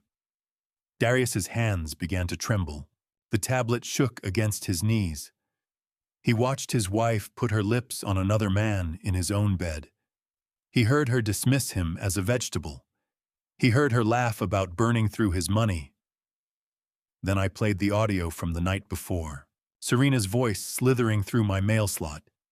The threat to send him tumbling down the stairs.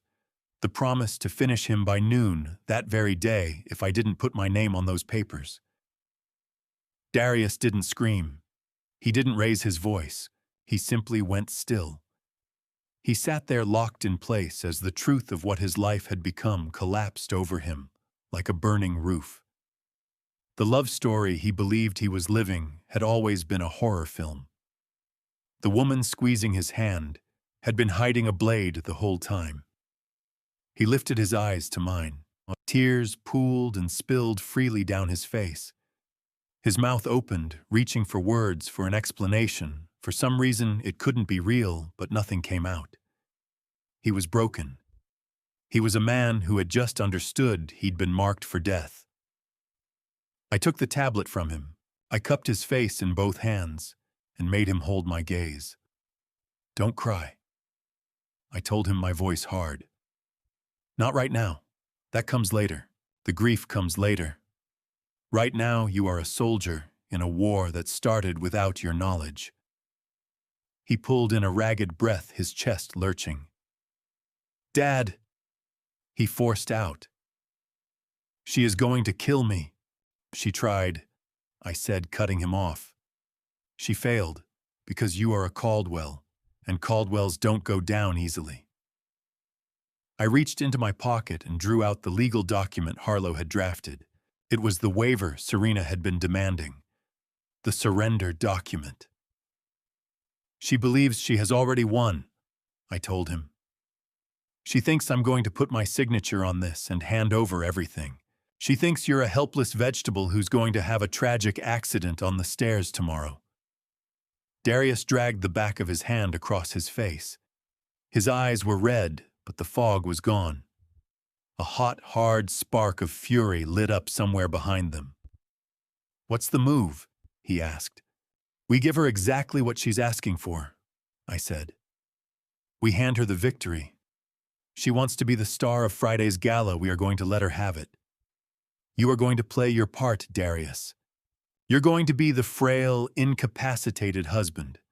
You're going to let her wheel you up onto that stage. You're going to let her stand there and gloat." Then Darius started to ask, his voice steadying, and I finished it for him. "And then we burn her down," I said. "We burn every last bit of it to the ground, in front of every donor, every investor, and every camera in that room." Darius glanced at the door, then back at me. He gave a single nod. It was a small thing, but it landed with the weight of a verdict. He pulled himself upright.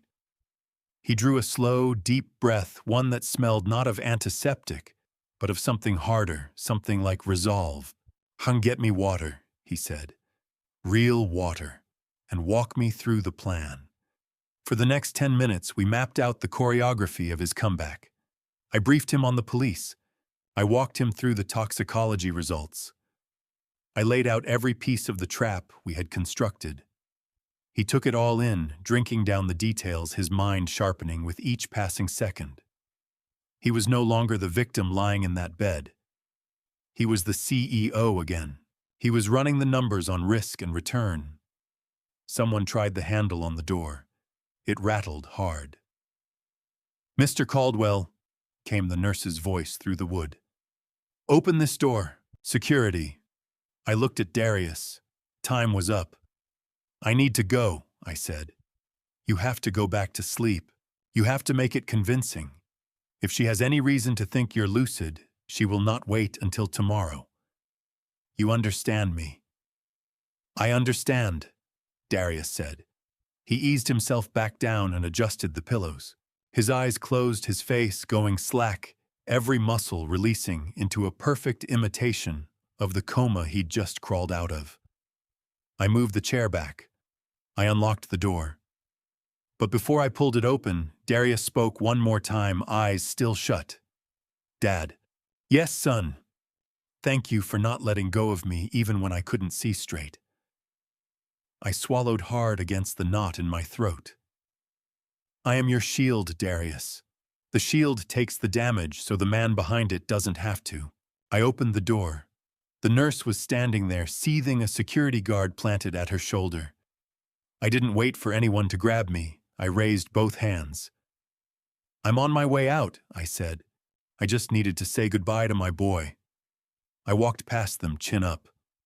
I moved out of the hospital, peeling off the blue jumpsuit as I reached the loading dock. Underneath, I was just Lenny again. But walking back to my truck, I was something more than an old man. I was a general who had just put fire back into his soldier. Serena wanted a spectacle. She wanted a tragedy. We were going to hand her a masterpiece instead. Darius was a natural in front of people, but I had never watched him perform for his own life before. Through the hidden camera feed running on my laptop, I watched my son seated in his wheelchair in the center of his living room. He looked diminished head listing to the side, as if his neck had simply given up against the pull of gravity. Serena stood over him, pen in hand, while a lawyer from Vortex Corp occupied the sofa, looking ill at ease but hungry. "Just sign right here, baby," Serena said softly, her voice laced with a saccharine sweetness that turned my stomach. "Just put your name on the paper, and we'll get you right back to bed. You want to rest, don't you?" Darius made a low, guttural noise. He raised his hand, his fingers shaking badly. It was a masterpiece of physical performance. He let the pen float above the signature line, his gaze unfocused, looking straight through the document to the wall behind it. "I tired." Darius mumbled the words, so slurred they were nearly swallowed whole. "I know, honey," Serena said, steering his hand down toward the page. "Just an X is fine, or a squiggle. The lawyer says it counts. Just sign it so we can pay the doctors. We need the money for your medicine." Darius let the pen drag a slow, jagged scrawl across the line. Then he let it fall and allowed his head to drop back against the wheelchair's headrest, eyes closing. Serena swept the document off the table before the ink had a chance to dry. She passed it to the lawyer, eyes gleaming with triumph. "There," she announced. He agreed. He signed. "It's done." The lawyer checked the signature, gave a nod, and tucked it into his briefcase. "I'll file this first thing Monday morning, but the board wants the public announcement at the gala tomorrow night. They want to see him. They need to know the transition is going smoothly. He'll be there," Serena promised, casting a glance at Darius that blended contempt with satisfaction. "I'll wheel him out, he'll wave, and then I'll accept the check. It will be a perfect send-off. I watched the lawyer collect his things and leave. The moment that door shut, Serena dropped the act entirely. She didn't help Darius back to his bed. She walked into the kitchen, poured herself a glass of wine, and left him sitting alone in the middle of the room. "You did good, son," I murmured to the screen. "Just hold on." I closed the laptop. I needed to keep moving. The legal trap was in place, but the criminal side needed a safety net. I drove to a small diner on the edge of town, cracked vinyl booths and coffee that tasted like motor oil, the kind of place cops picked when they needed to disappear. Chief Clifford Drummond was waiting in the back booth. We'd known each other for 40 years. We'd lined up on the same football field in high school, and we'd worked cases side by side when I was at the DOJ and he was still walking a beat.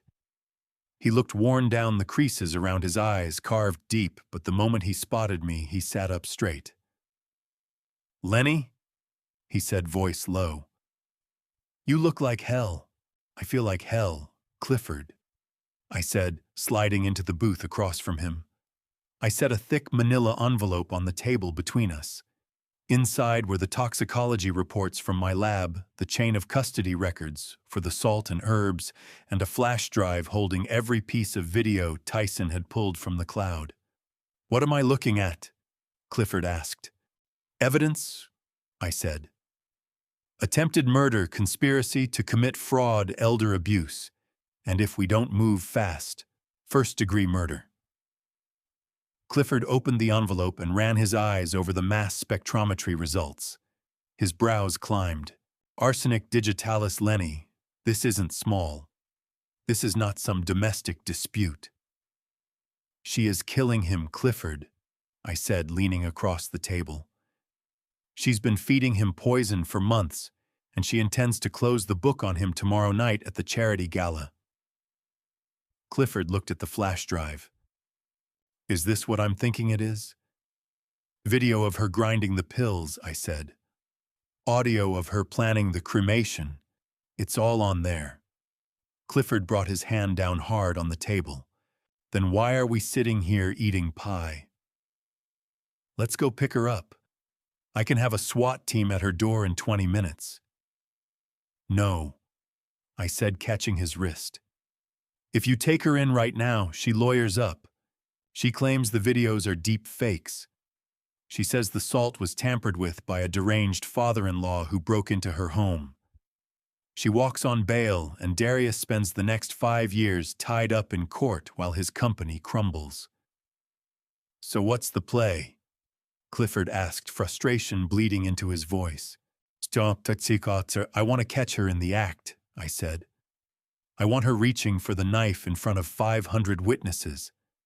I want 0 doubt, 0 bail, 0 plea deal." "That's a dangerous game, Lenny Comcom," Clifford warned. "If she gets something into him and we're not fast enough—" "She won't," I said. "Because I'm going to make sure the weapon she picks up is loaded with blanks. But I need you there. I need you and your people in plain clothes at that gala. When I give the signal, you move." Clifford held my gaze for a long beat. He saw what was sitting behind my eyes. He saw a father who would set fire to the whole world to pull his son out of it. "All right, Lenny," he said, sliding the envelope inside his jacket. "We do it your way. But if anything goes sideways, I'm kicking the doors in." I walked out of that diner feeling a weight peel off my back. I had the law on my side. Now I just needed to get through the night. I made it back to my basement command center.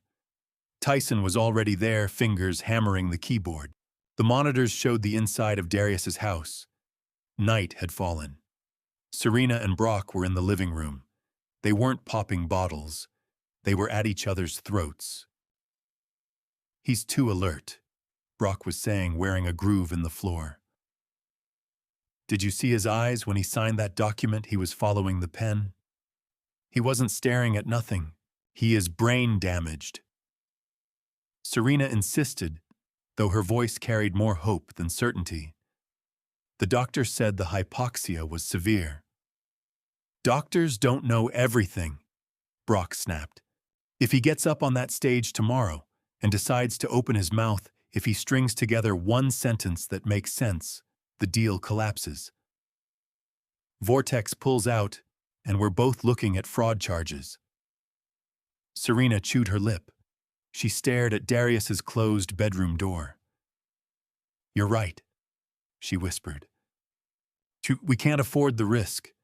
We have to make sure he goes down on that stage, not just foggy down. What are you thinking? Brock asked. The toast. She said something dark, igniting behind her eyes. We always do a champagne toast before the keynote. I hand him the glass. He drinks. 2 minutes later, he collapses. Massive heart attack. The stress of the evening proved too much for his damaged heart. It is tragic. It is poetic. And it happens in front of everybody so no one can point a finger at us. Brock nodded slowly. What do we use? Digitalis is too slow, she said. Fentanyl. I have a patch left over from my back surgery. We extract the gel, mix it into the champagne. It is colorless, odorless. It will stop his breathing in minutes. My blood ran cold. Fentanyl. Fast, potent, and lethal. If they went that route, Darius wouldn't get a chance to play his part. He'd be gone before his body hit the floor. Where's the champagne? Brock asked. Already at the venue, Serena said. In the private prep room behind the stage. They keep a special bottle of Veuve Clicquot for us in the locked cabinet. I'll go early tomorrow and spike it. No, Brock said. Too much exposure with the caterers moving around. I'll handle it. I have the security codes for the venue. I'll go tonight. I'll spike the specific glass we use for him and keep it in my jacket pocket until the toast. I looked at Tyson. He was already pulling up the floor plan for the gala venue, the Grand Ballroom downtown. Can you get me inside? I asked. Tyson grinned. How dante? The service entrance has a biometric lock, but the loading bay runs on a rolling code. I can cycle through it until it trips, but you'll need to move fast. Brock is leaving the house right now. I grabbed my kit bag. Inside was a small jar of white powder, not poison. Powdered sugar cut with a concentrated laxative I'd synthesized myself. Potent enough to flatten a horse, but it wouldn't kill anybody. It would just make them wish it had.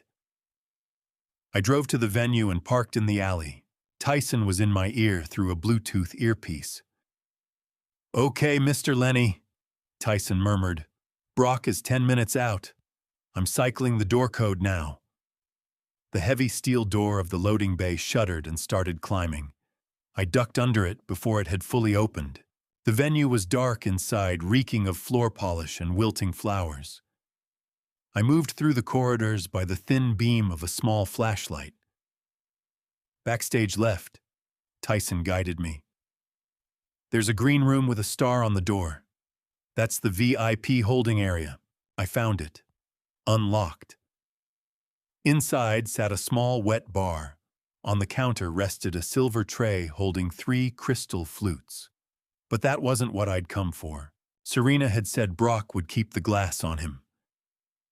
That meant he wasn't spiking the bottle he was arriving with the poison already prepared.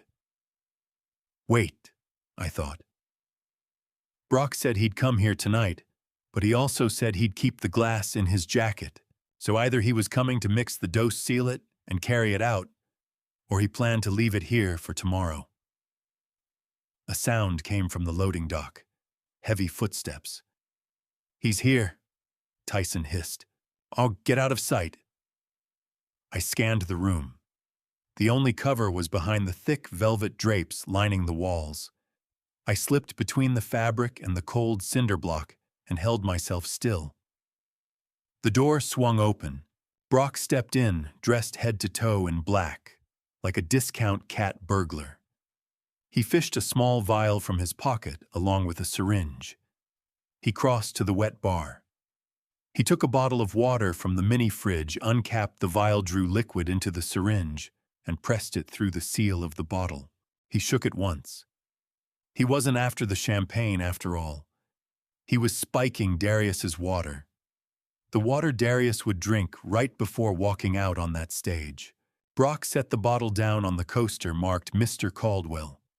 He let out a quiet laugh.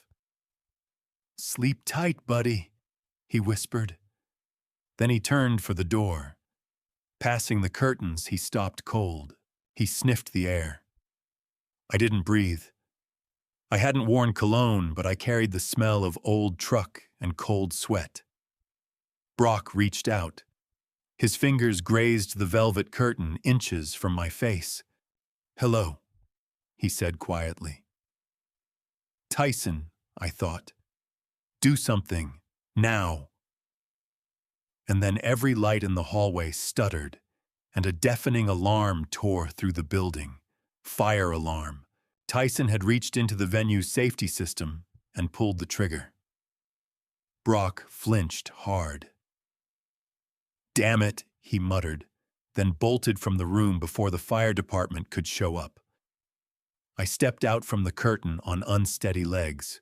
I walked to the water bottle. It sat there looking harmless, clear, innocent, lethal. I reached into my bag and pulled out an identical bottle I'd brought along for exactly this moment. I stirred in my sugar and laxative mixture until it dissolved completely and swapped the bottles. The poisoned water went into my bag. I had the murder weapon. The trap was armed. But I wasn't finished. I checked the mini fridge. A bottle of expensive scotch sat on top of it. Brock's preferred brand. I knew he'd want a steadying drink before the big moment tomorrow. He was running on nerves. I took what remained of my laxative powder. I measured a generous pour into the scotch and sealed it back up. "If you want to play in the gutter, Brock," I whispered, screwing the cap down, "let's both get dirty." I slipped out of the venue just as the fire trucks were swinging into the lot. I drove home with the poisoned water riding on the seat next to me. The stage was set. Every player was in position.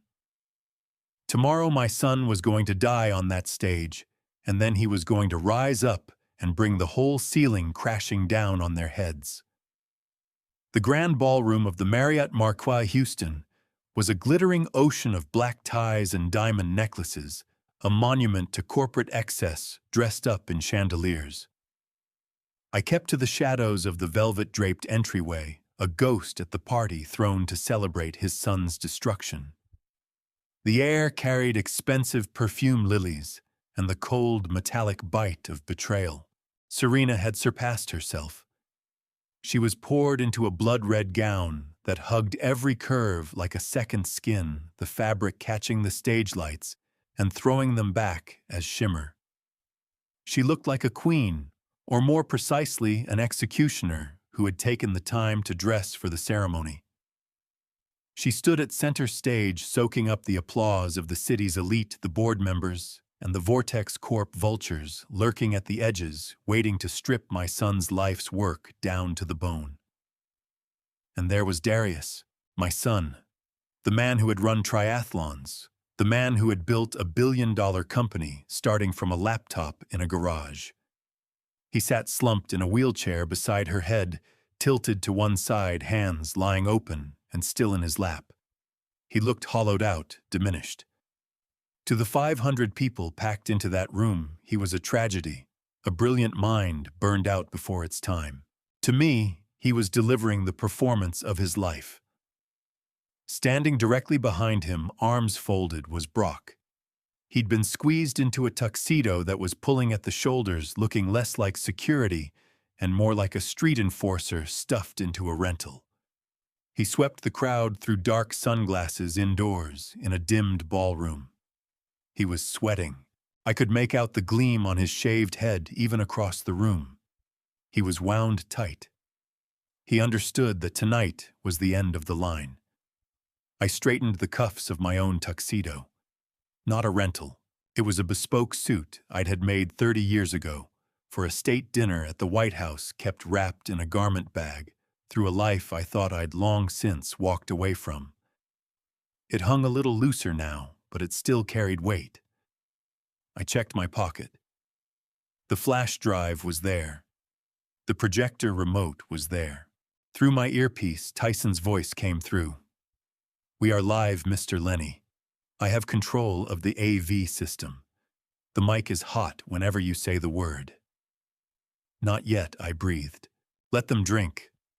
On stage, Serena nodded to a waiter. A silver tray glided forward. On it sat a single crystal flute, champagne bubbles racing each other to the surface. This was the moment, the toast, the final nail. Serena lifted the glass. She leaned down and laid a hand on Darius's shoulder with a tenderness that made something in my gut clench. She murmured something close to his ear. I knew exactly what she was telling him. "Drink this or you die." She brought the glass to his lips. Darius's hand rose, trembling hard. He took the stem between his fingers. He looked at the liquid. He knew what was waiting inside it. Fentanyl. Or something just as deadly, enough to close down his breathing before the applause even faded. He raised the glass toward his mouth. The room went quiet. 500 people watched the fallen king take his last sip of glory. Darius tilted the flute. The liquid reached his lips. Then he lurched. A violent, convulsing cough tore through him. He folded forward, the champagne sloshing out of the glass and splashing across the floor. He pressed a white handkerchief to his mouth, hacking hard, his whole frame shaking. "Oh, poor baby." Serena cooed into the microphone, her voice carried to every corner of the room. "He is having trouble swallowing. It is the dysphagia." She patted his back, but behind the smile her eyes were boiling. She glared at him, nails pressing into his shoulder.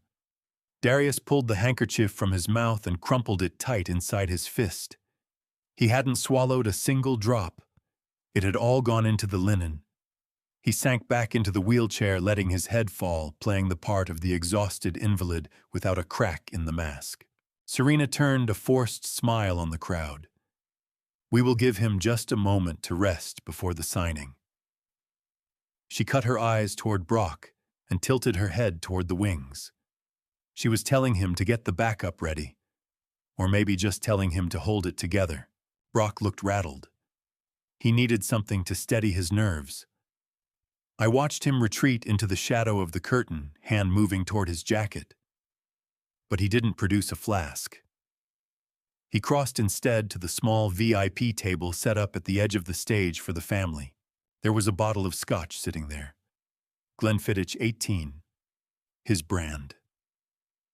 I smiled from where I stood in the dark. I had been at that table 2 hours ago. Brock poured himself a heavy tumbler. He threw it back in one motion, grimacing as the heat hit. He poured again. He didn't know that the burn he was feeling wasn't only alcohol. It was the concentrated laxative compound I'd put together in my basement. A chemical clock ticking down. 10 minutes, I thought. "You've got 10 minutes, Brock, before you'd rather be anywhere on earth than standing on that stage." The waiting was over. Serena was moving toward the podium. She was about to deliver her speech. She was about to sign away everything my son had built. I stepped out of the dark and moved toward the main entrance of the ballroom.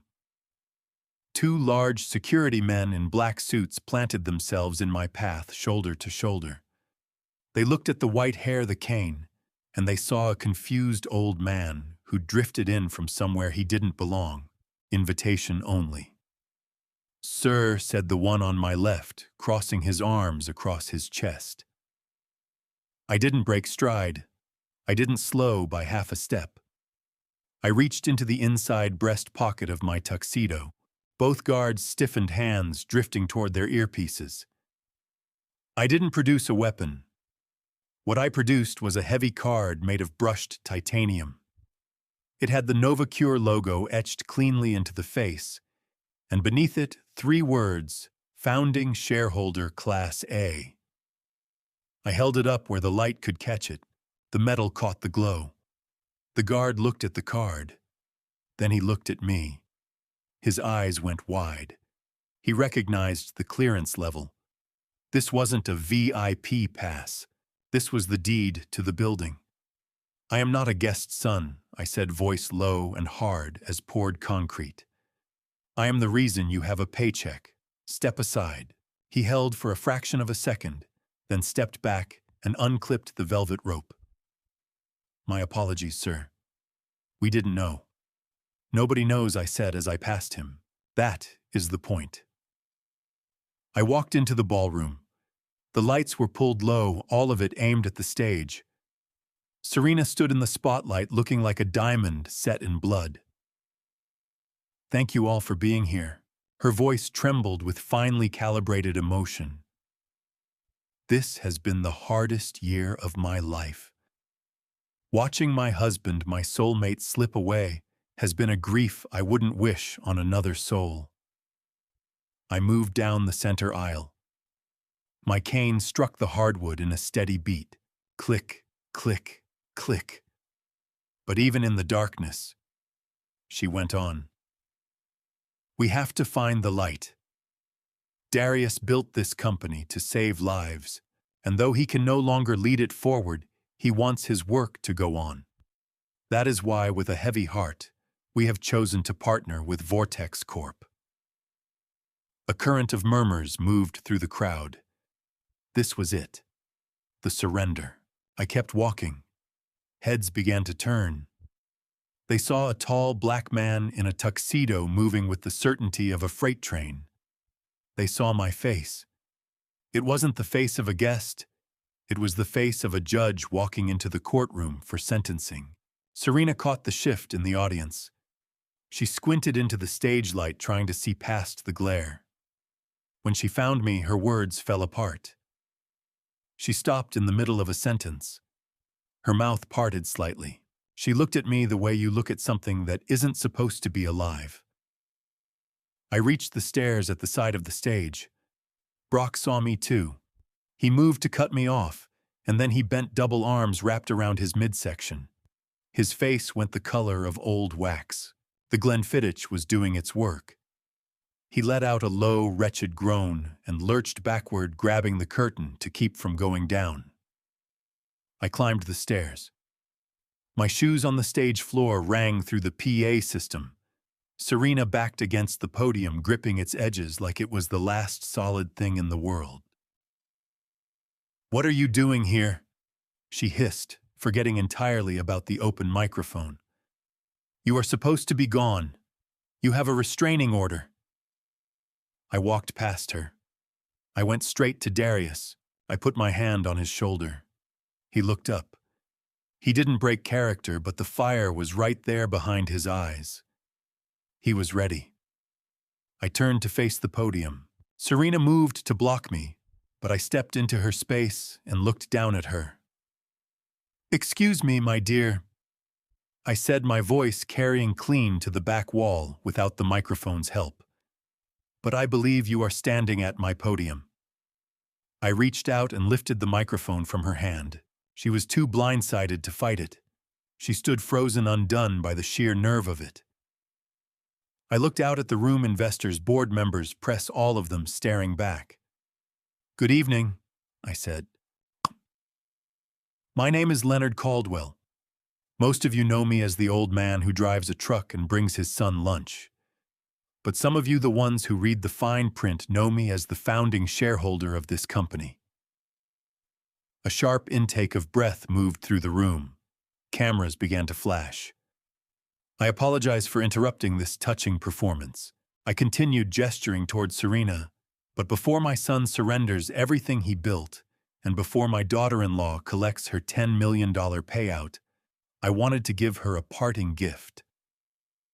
Serena made a grab for me. "Get security. Get him off this stage."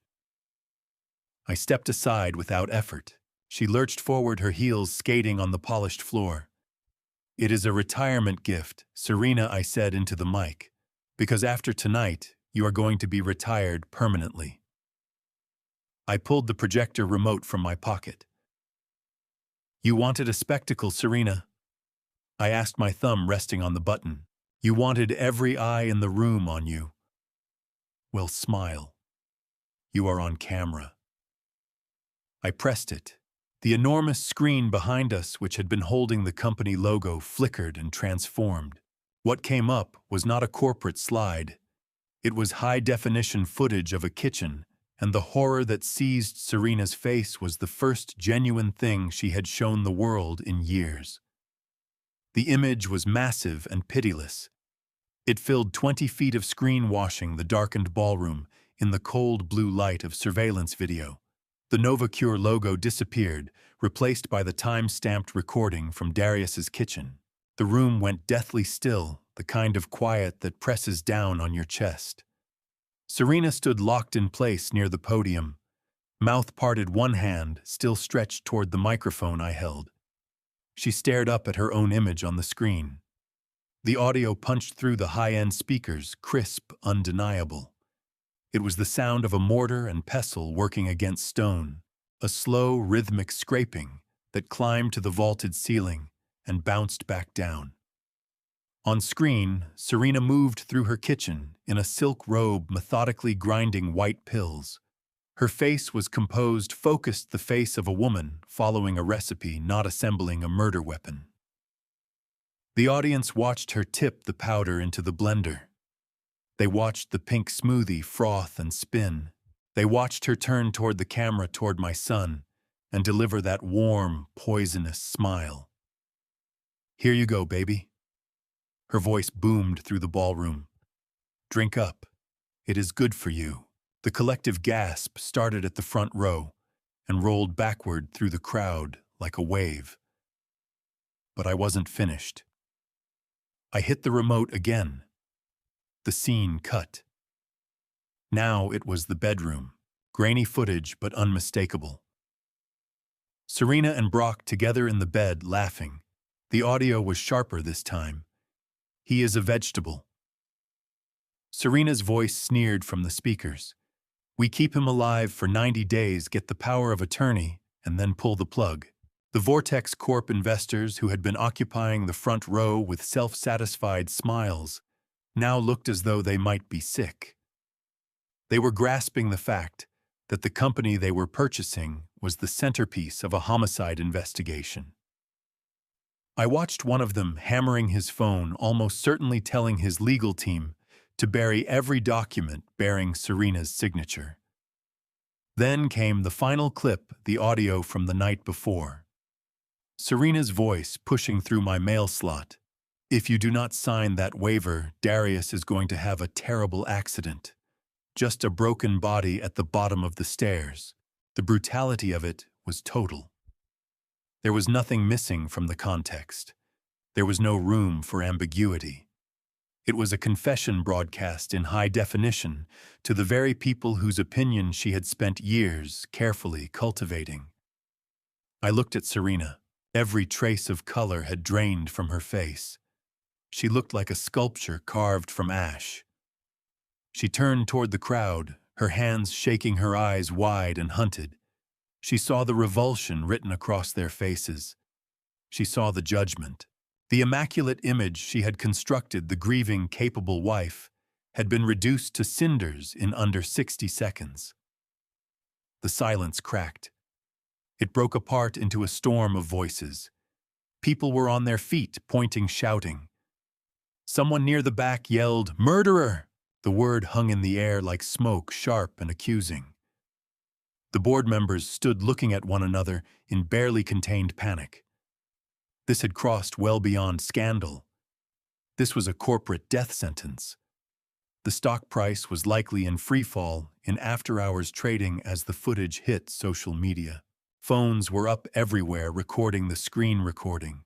Serena broadcasting her exposure to the world in real time. Serena broke. The shock burned off and left behind the raw, feral desperation of a cornered animal. She turned her eyes on me, and in them was nothing but hatred. She didn't see a father shielding his son. She saw the man who had destroyed her. She let out a sound that was more animal than human, a high, jagged shriek of denial. "Turn it off!"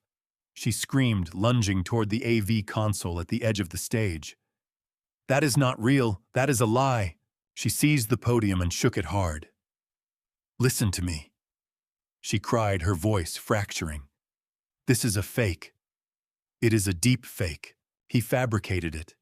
He is a hacker. He is trying to frame me." She looked unraveled hair pulling free from its pins, face contorted and ugly with panic. A trembling finger swung toward me. "He is senile. He is out of his mind. Technology can manufacture anything. That is not my voice. That is AI. You have to believe me." But nobody in that room believed her. Deep fakes don't capture the gleam of contempt in someone's eyes. They don't capture the offhand ease with which a wife discusses cremating her husband to erase the evidence. The crowd pulled back from her, her desperation read not as innocence but as guilt, digging with its fingernails, trying to claw free from a grave.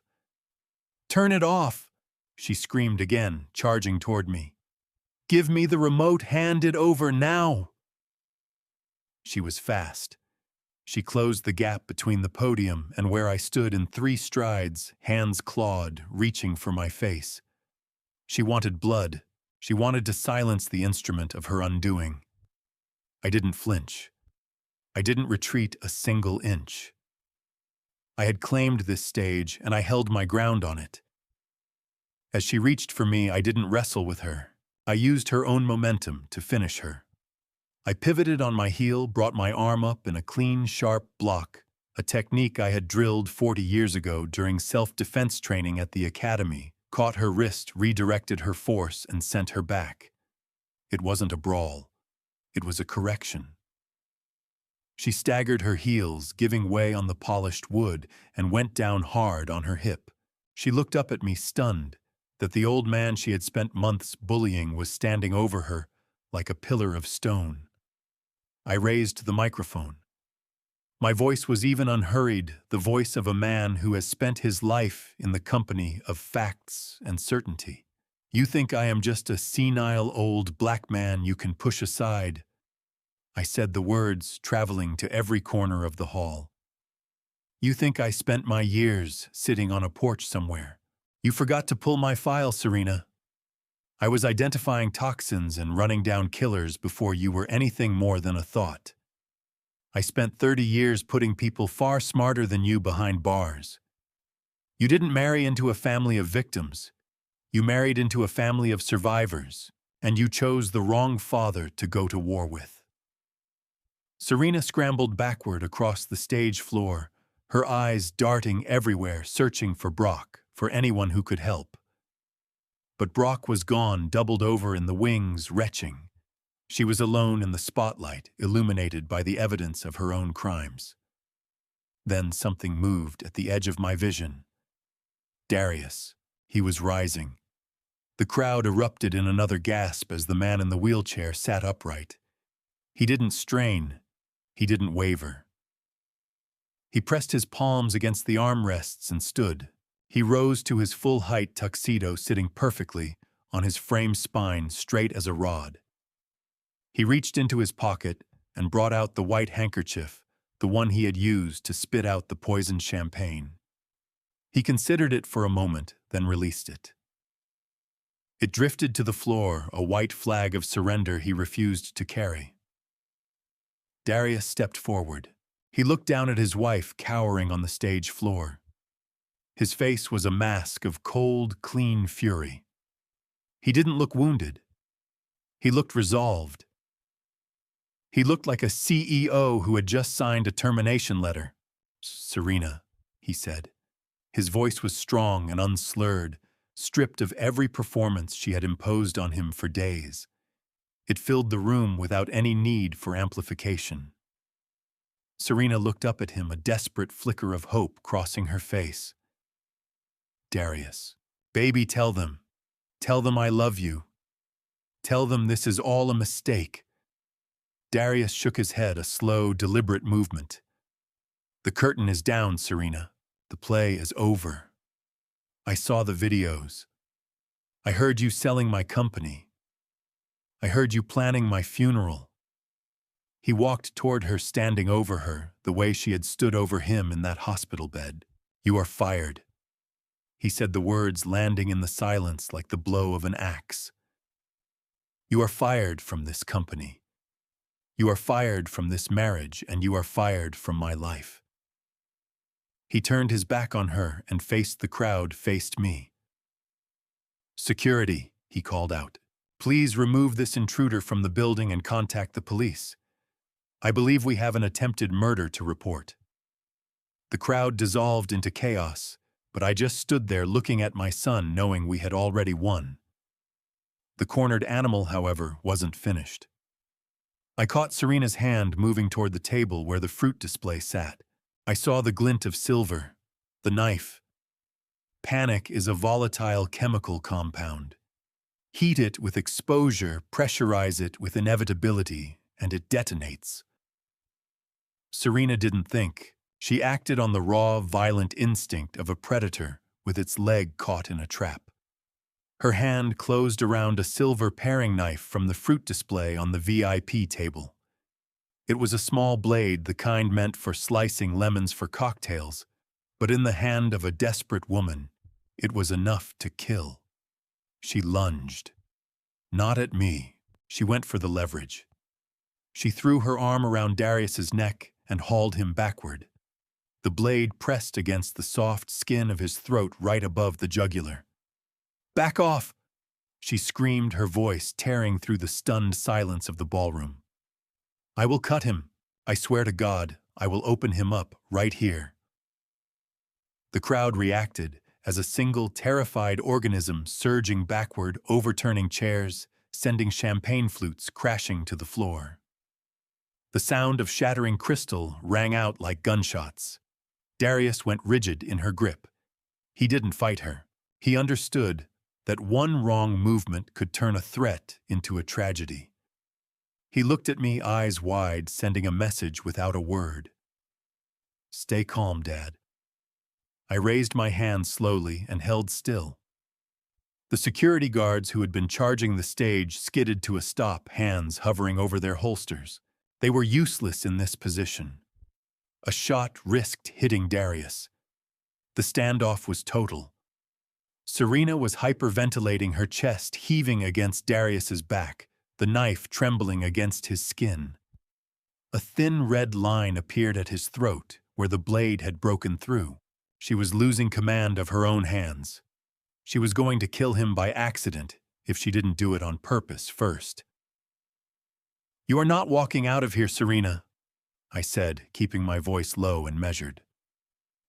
The exits are sealed. The police are outside. Put the knife down. No, she shrieked, dragging Darius backward toward the service exit. He stumbled, his legs still unreliable after weeks in a hospital bed, but she jerked him upright with a strength that only desperation can manufacture. We are leaving. Brock, get the car. Brock. She looked toward the wings where Brock was still bent against the velvet curtain, clutching his midsection. He looked pale and drenched in sweat, but the adrenaline crackle of the situation yanked him back into focus. He saw Serena, he saw the knife, and he grasped that their exit strategy had just mutated into a hostage situation. Brock reached into his waistband. Not for car keys. He came out with a matte black semi-automatic pistol, a ghost gun untraceable, the kind of weapon a man with a felony record arms himself with when he has nothing left to lose. Everyone get back! Brock bellowed, climbing onto the stage. He swept the barrel across the front row. The NovaCure board members dove beneath the tables. The scream that tore through the room was deafening. He pointed the gun at the ceiling and fired. Bang! Plaster dust rained down from the vaulted ceiling. The stench of cordite cut through the expensive perfume. The room fell silent again. A ringing, terrified silence. Clear a path. Brock shouted, his face slick and tight teeth grinding in a grimace that looked like pain but projected as aggression. "We are going out the back. Anyone moves, I start putting bodies on the floor." He moved to flank Serena, training the gun on me. "You first, old man," Brock spat. "Back up or I put a round through your chest." I looked at the gun, then I looked at Brock. I saw how badly his hand was shaking. I saw his knees pressing together, not from fear, but from a biological imperative that was about to override every tactical instinct he had. I didn't step back. I stood there watching him with the calm detachment of a scientist observing a lab specimen. "You don't want to pull that trigger, Brock," I said quietly. "Shut up," he growled, hunching forward as a cramp seized his abdomen. He groaned, shifting his weight. "You are not feeling well, are you, son?" I asked, pitching my voice so the whole room could hear. "Your stomach feels like someone tied it in a knot. You are starting to feel cold. You are sweating, but you can't stop shivering." Brock's eyes went wide behind his sunglasses. "How do you know that?" "Because I am a toxicologist," I said, "and I know precisely what you drank backstage. You thought you were reaching for your Glenfiddich 18 to settle your nerves. What you were actually drinking was a cocktail I put together for you." Serena looked over at Brock, confusion fighting panic. "Brock, what is he talking about?" "Shoot him." "Hi, he cannot shoot me, Serena," I said, never shifting my gaze from the man holding the gun, because right now he is fighting a losing battle with his own body. That was not Scotch Brock. That was a concentrated solution of magnesium citrate and a synthetic purgative usually used for large livestock. Brock's face turned a shade of gray I have rarely observed on a living person. He clutched his stomach with his free hand, the gun drifting and wavering. "Oh, you poisoned me," he wheezed. "No," I said. "Poison kills you. What I gave you was something to help clear your conscience and your bowels. It works fast. And judging by the color of your face right now, you have roughly 10 seconds before you lose all control of your bodily functions in front of the 500 most important people in this city." The crowd watched morbidly transfixed. Brock let out a sound that was half roar, half whimper. His body convulsed. He tried to draw himself up to reclaim some authority, but biology does not negotiate. A loud, wet sound moved through the silent ballroom. Unmistakable. It was the sound of a man surrendering his dignity in the most absolute way imaginable. Brock's knees buckled. He dropped the gun. It hit the floor and skittered away from him. He went down on his hands and knees, groaning in agony and shame, curling slowly into a fetal position as the compound I had engineered ran its course. The smell reached the front row in seconds. People gagged and pulled back. The hard enforcer, the man with the gun, had been reduced to a shivering, sobbing wreck on the stage floor. It was a humiliation so complete, so thoroughly public, that it vaporized whatever power he'd believed he held. He wasn't a threat anymore. He was a biohazard. Serena stared at her partner, her eyes stretched wide with horror. She was alone. Her muscle was gone. Her plan was in ruins. Her leverage was bleeding out fast. I watched her eyes drop to the gun lying 10 feet away. For a moment I saw her calculating the distance. She pressed the knife harder into Darius's throat. Another drop of blood rolled down his white collar. "Stay back!" she screamed, her voice splitting. "I will kill him! I have nothing left to lose." She was right about that. Nothing left to lose made her more dangerous than Brock had ever been. But she had forgotten one critical thing about who she was holding. She was holding Darius Caldwell, my son. And he was not a vegetable anymore. Darius had been waiting. He had felt her grip ease when Brock went down. He had felt her weight shift. Now Darius didn't pull away from the blade. He moved into it. He closed his right hand around her wrist, ignoring the bite of the steel, and twisted hard. He dropped his center of gravity and drove his elbow back into her solar plexus with everything he had. It was a move I had drilled into him in the backyard when he was 12 years old. How to handle a bully, how to protect himself. Serena's breath left her in a single whoosh. Her grip failed. The knife hit the floor. Darius spun around to face her. He didn't retreat. He grabbed her by both shoulders. She clawed for his face nails, reaching for his eyes, screaming like something feral. But Darius was running on months of betrayal and the raw fuel of survival. He swept her legs out from under her and drove her down hard onto the stage floor. He pinned her, his knee across her chest, both her wrists locked above her head. "It is over, Serena," he said in her face. She thrashed beneath him, spitting, cursing, her features twisted into something unrecognizable. "You get off me. You are nothing. You are weak. You are nothing without me." Darius looked down at her. He looked at the woman he had loved, the woman he had handed his life to. Then he looked up at me. He nodded. The ballroom doors burst open, not the service exit, not the side entrance.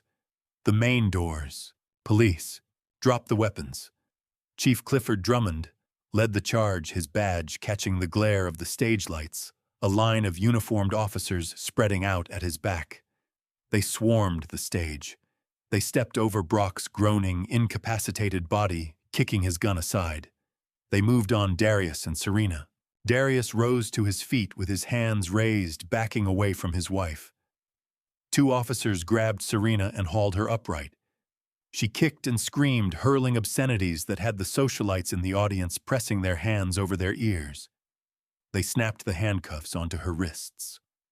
The click of that metal locking shut was the most satisfying sound I'd heard in years.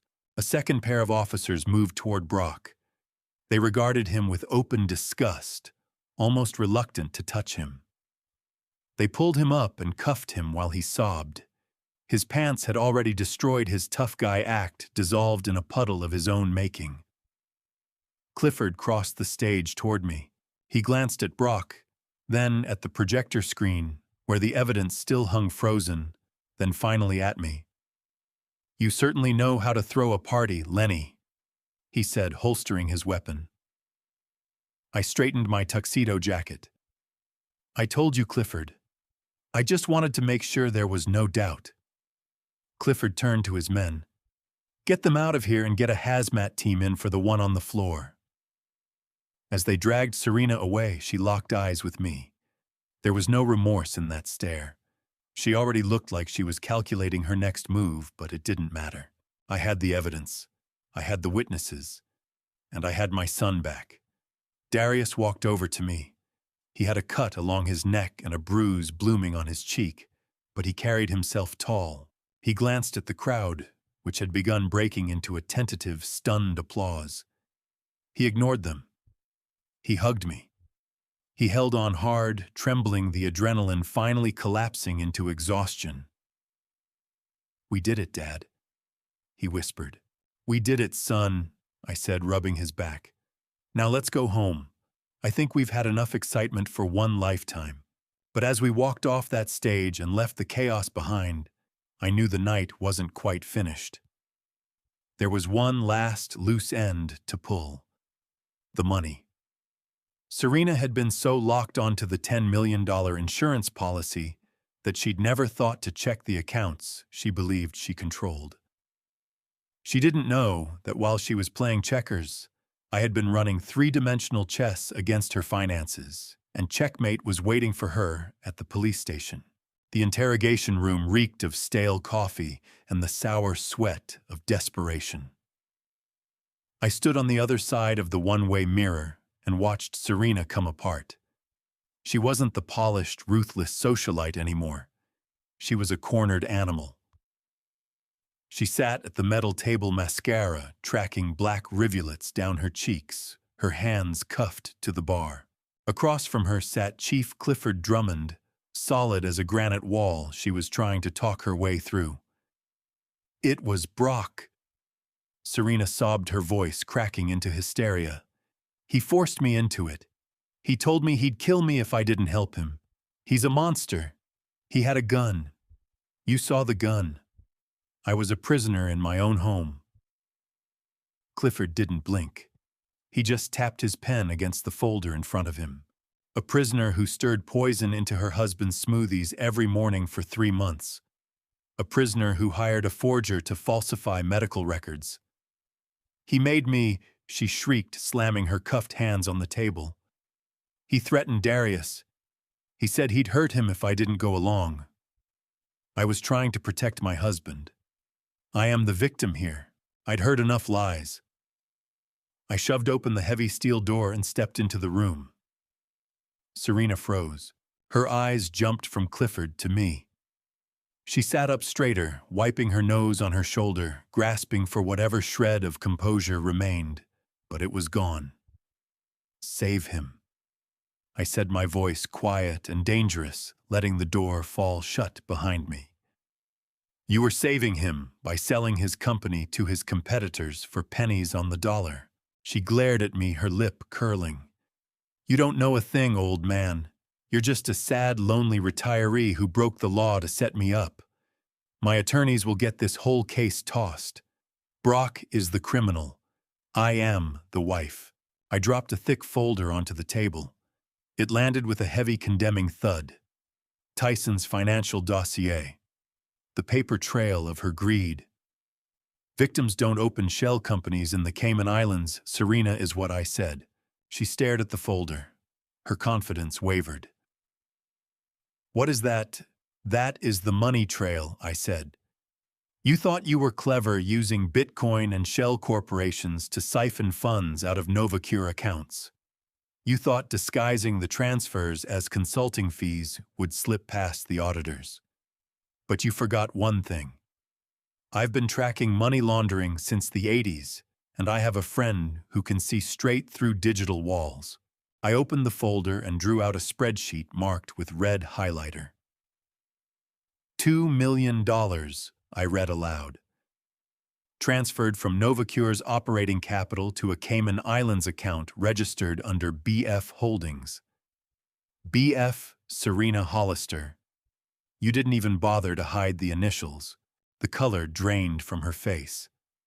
That's Darius's money. He told me to move it. He wanted to diversify. Darius didn't tell you to do anything, I snapped. Look at the dates. The first transfer was 6 months ago, before Brock, before the poison. You were stealing from him long before you decided to kill him. This wasn't coercion. This was a long con. You were draining him dry while you smiled in his face and made him breakfast. Clifford leaned forward, his voice like gravel. That's embezzlement, Serena. Wire fraud. Money laundering. Even if the attempted murder charge somehow doesn't stick, which it will, these financial crimes carry a mandatory minimum of 20 years in federal prison. And we have the receipts. We have the IP logs. We know it was you logging in from your iPad in the kitchen while Darius was asleep. Serena stared at the papers. The victim mask cracked and fell away. Her face twisted into a snarl of pure entitlement. He deserved it, she spat. He was obsessed with that stupid company. He never made time for me. I wanted a life. I wanted to travel. I wanted things, and all he wanted to do was save the world. It was pathetic. I earned that money for putting up with his neglect. So you decided to kill him for the insurance payout, I asked. 10 million was just the beginning, she hissed. Aldous was going to give me a board seat. I was going to be rich. I was going to be somebody, not just the genius's wife. I looked at her, really looked at her. And I felt something unexpected, a strange, hollow pity. Not for what she was facing, but for what she was. So empty. So eaten up by what she didn't have, that she'd been blind to everything she did. You were so busy counting pennies you missed the gold mine. I said quietly. What are you talking about? She asked, eyes narrowing. I reached into my jacket pocket and produced another document. Not evidence. A deed to a trust. You called me a broke old man, I said. You laughed at my truck. You laughed at my house. You thought I was nothing because I don't wear my wealth on my sleeve. I slid the deed across the table. It rested there between us, a piece of paper worth more than her entire scheme. This is the portfolio for the Caldwell Family Trust, I said. It holds $15 million in commercial real estate assets across 3 states. Apartment complexes, warehouses, land. I built it over 40 years, not with government money, but with smart investments. Serena looked down at the page. Her eyes moved across the valuation. $15 million. Her mouth fell open. She blinked, unable to make the numbers compute. I was saving it, I continued. Saving it for Darius's children. For my grandchildren. I was going to pass it to them on their 18th birthdays. Hand them the keys to the kingdom. I leaned in close enough to watch her pupils expand in horror. If you had simply been a good wife, if you had loved my son, if you had given me a grandchild instead of a murder plot, all of this would have been yours to steward one day. You wouldn't have needed to steal $2 million. You would have had access to 20. You would have been the matriarch of a dynasty. Serena began to shake. A low, keening sound built in her throat. She looked at the deed, then at the evidence of her theft, then at me. The full weight of what she had thrown away was crushing her. She had slaughtered the goose that laid the golden eggs because she was too impatient to wait for breakfast. 15 million, she whispered, her voice barely there. Plus the company, I added. Plus Darius's love. You had it all, Serena. You won the lottery, and you tore up the ticket because you wanted to steal the change from the cashier's pocket. What came out of her next wasn't a cry of fear. It was raw, agonizing regret, the sound of a woman realizing all at once the size of what she'd thrown away. She yanked at the cuffs, hard enough to shake the table, her face a mask of greed, caving into loss. Why didn't you tell me? The shriek pushed her face scarlet. Why the bum clothes? Why that wreck of a truck? If I had known you were rich. She caught herself mid-sentence. The truth had already escaped, and she knew it. I would have treated you differently. I would have been patient. Why keep that from me? I rose from my chair and smoothed my jacket. Standing over her, I felt nothing, the clinical detachment of a man studying where a thing had gone wrong. Money is an instrument, Serena, I told her. It tells you nothing about a person's character. I kept quiet because I needed to see your true nature. Turns out I didn't have to wait long. I moved toward the door. You're not family, I said, not looking back. You're a parasite, and parasites consume the host until someone cuts them free. Consider yourself cut. No, wait. Her voice cracked into something desperate. Come back, let's talk. Lenny, Dad. The steel door swung shut, and her words died against it. The corridor beyond was mercifully quiet. Clifford fell into step behind me. He tilted his head slowly. That was brutal, Lenny. It had to be done, I said. She needed to feel the full weight of what she surrendered. Not just her freedom, but the life ahead of her. And not just her own life, the one she reached into my son's chest and took. 6 months means something in business. In medicine, when a body has been poisoned on a schedule, 6 months is barely enough time to begin. Darius was a hollow version of himself in those early weeks after the arrest. The chelation treatment, drawing the heavy metals out of his blood, left him trembling and barely functional. I kept a chair pulled up next to his bed in my guest room, spooning broth into him and reading Novacure's quarterly numbers aloud, while his hands shook too hard to grip the pages himself. Caldwell blood, though it doesn't quit. Week by week something shifted. The gray drained out of his complexion, and warmth replaced it. The shaking eased. The vacancy behind his eyes gave way to a focused, steelier version of the son I knew. The day he walked back into Novacure headquarters, he left the cane at home. He moved through those doors like a man who had been to the edge of the pit and decided the pit had nothing on him. I followed a half step behind, not in my capacity as a shareholder, but simply as his father. His first priority had nothing to do with product pipelines. It was about clearing the rot. He summoned everyone to the main atrium and stood on the mezzanine above them, loyal staff and traders alike all waiting. No rallying speech, no appeal to solidarity. He opened a folder and read names. The CFO who had waved Serena's wire transfers through. The VP of Operations who had been slipping information to Vortex Corp on the side. The executive assistant who had made sure my calls never reached my son. "Clear your desks," Darius said, and his voice traveled clean across the glass and steel. "You'll be escorted from the building. 10 minutes. Brutal, but necessary." He cleaned house the same way I'd worked to clean his bloodstream methodically, completely, without sentiment. The Vortex deal was dead. He hit them with a corporate espionage lawsuit. He took back everything they'd tried to strip from him, one signed document at a time. I watched him move through those days and understood something clearly. The young man I'd spent decades raising no longer existed. What stood in his place had learned the hard way that trust extended carelessly is a debt you end up paying with your life. The danger wasn't gone, but he had grown into someone who wouldn't be surprised by it again. Our celebration wasn't champagne. It wasn't a restaurant or a toast. It was a Tuesday morning mist still ghosting across the surface of Lake Conroe, the two of us, with fishing rods in hand that hadn't seen daylight in 10 years.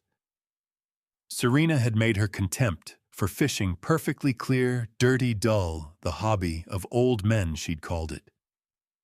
She'd quietly dismantled everything Darius enjoyed and filled the space with Pilates retreats and brunches where people traded business cards instead of conversation. But Serena was locked in a federal holding facility, waiting for her day in court, and we were out on a worn wooden dock at dawn, pulling rods from their cases that had sat gathering dust in my garage. Cool air. The smell of salt and pine mixing together. Nothing but the tick of the reels and the soft knock of water finding the pilings underneath us. We didn't say a word for a full hour, just let our lines out and tracked the bobbers drifting on the gray surface. That kind of quiet doesn't happen between strangers.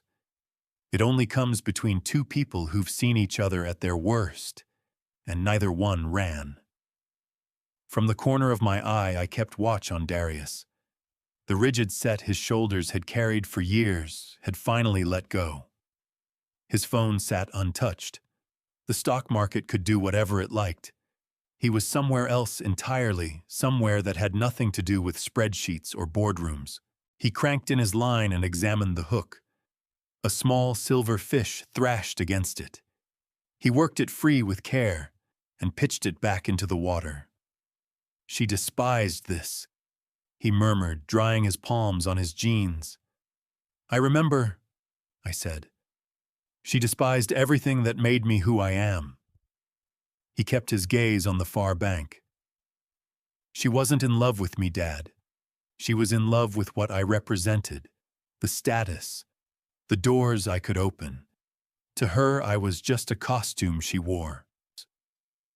"When you're part of the painting's sun," I said, "it's nearly impossible to see the frame." "But you could," he said, turning toward me. "First time you met her, you saw straight through it. You tried to pull me back and I froze you out. Made you feel like a problem to be managed.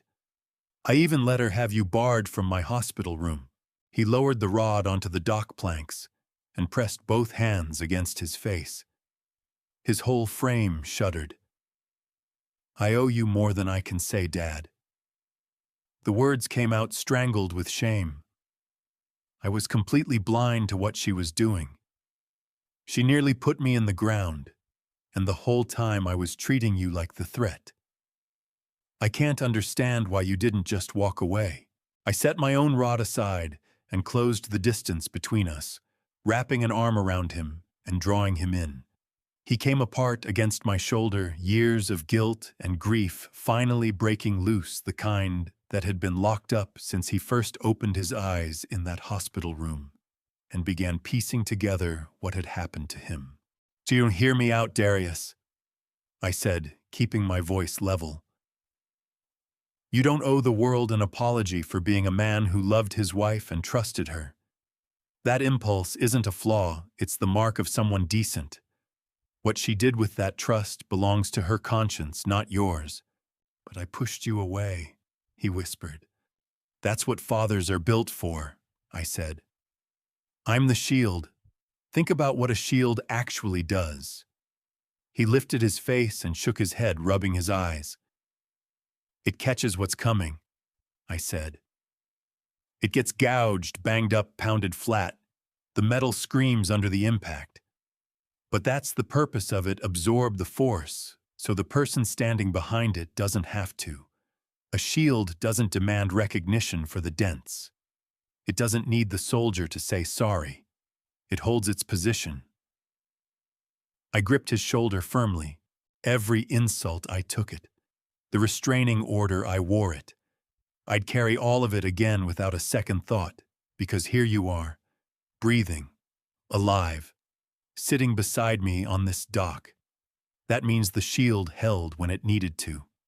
Job done. Darius held my gaze. His eyes were raw, but the clarity was back in them. He pulled in a long, slow breath of the open air. "You kept me alive," he said. "We kept each other," I told him. "Now get that rod back in the water." There was a base breaking the surface near those reeds a minute ago, and neither of us is leaving until I have something to cook for dinner.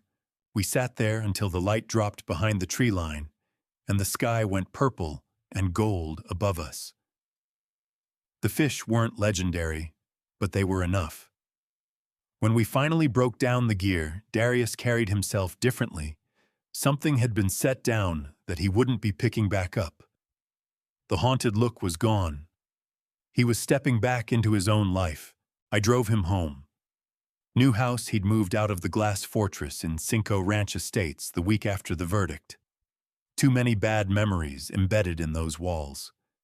The place he'd found was modest by comparison, closer in, with a generous kitchen and a spare room he told me flatly was mine to use anytime. I watched him cross the front walk toward the door. He raised a hand once before going inside. Safe. Strong. Whatever I had been guarding against it was over now. I got back behind the wheel of my old Chevy pickup. The engine knocked and shuddered and caught. Rust along the wheel wells a rattle that never quite went away, but it ran every single time. That was enough, just like me.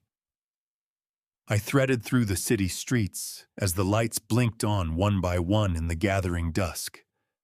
I passed the upscale restaurants where Serena used to burn through my son's money without a second thought. I rolled by the courthouse where she'd be spending the better part of the next 20 years. Then I turned into the narrow driveway of my small bungalow. No mansion, no security gate, no pool out back. Just a house, 4 walls, and a roof. But it belonged to me, free and clear. I climbed out and went around to the rear of the truck. Dropped the tailgate. Wedged between a toolbox and a spare tire sat a wooden crate. I popped the latch and lifted the lid. Inside, cradled in custom-cut foam, were my mass spectrometer, my microscope, and my full set of reagents. Every lens wiped clean, every bottle sealed tight, every trace of arsenic and digitalis scrubbed away. The instruments of my craft. The arsenal of my particular kind of war. I let my palm rest on the cold metal housing of the microscope. I'd told myself I was finished with all this. That Lenny, the retiree chess player neighborhood grandfather, was all that was left of me. But the world had shown me something I should have already known: evil doesn't put in its papers and go home. It just finds a new face to wear. It tucks itself into meal containers and grins out of wedding photographs. I pressed the lid back down and snapped the latch closed. This wasn't going to a storage unit. It wasn't going up for sale. It was staying exactly where I could find it. I went inside, hit the radio, and let a smooth jazz saxophone push the silence out of the room. I settled into my armchair and poured myself a cup of chamomile tea. I wasn't lonely. I was vigilant. I smiled and took a sip.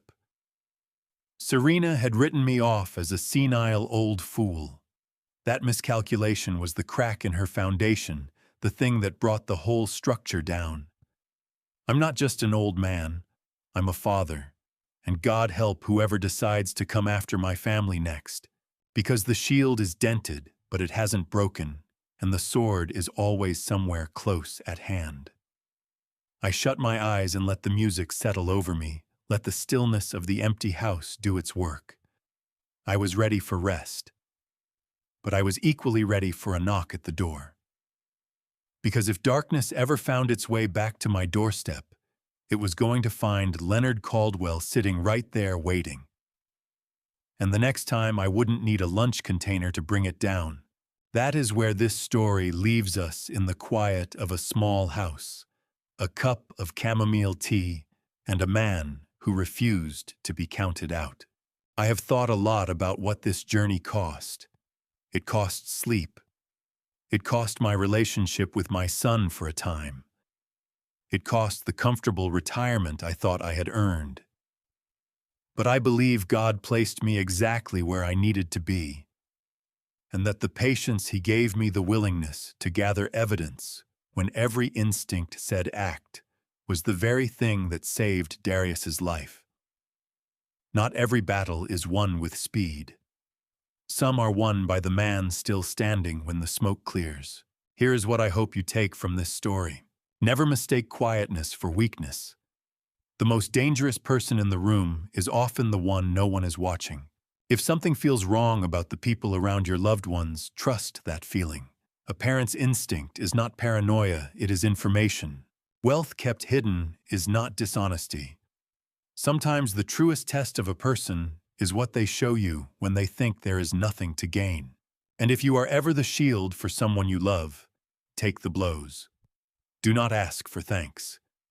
The job of a shield is to hold the line, not to be celebrated for it. If these grandpa stories speak to something real in you, please share this with someone who needs to hear it today. Leave a comment and tell me what moment hit you hardest. And if you haven't already, join me here at Calm Family Revenge. Every family revenge story we tell together is a reminder that love, patience, and truth are always stronger than greed. Thank you for listening. Take care of your people, and I'll see you in the next one.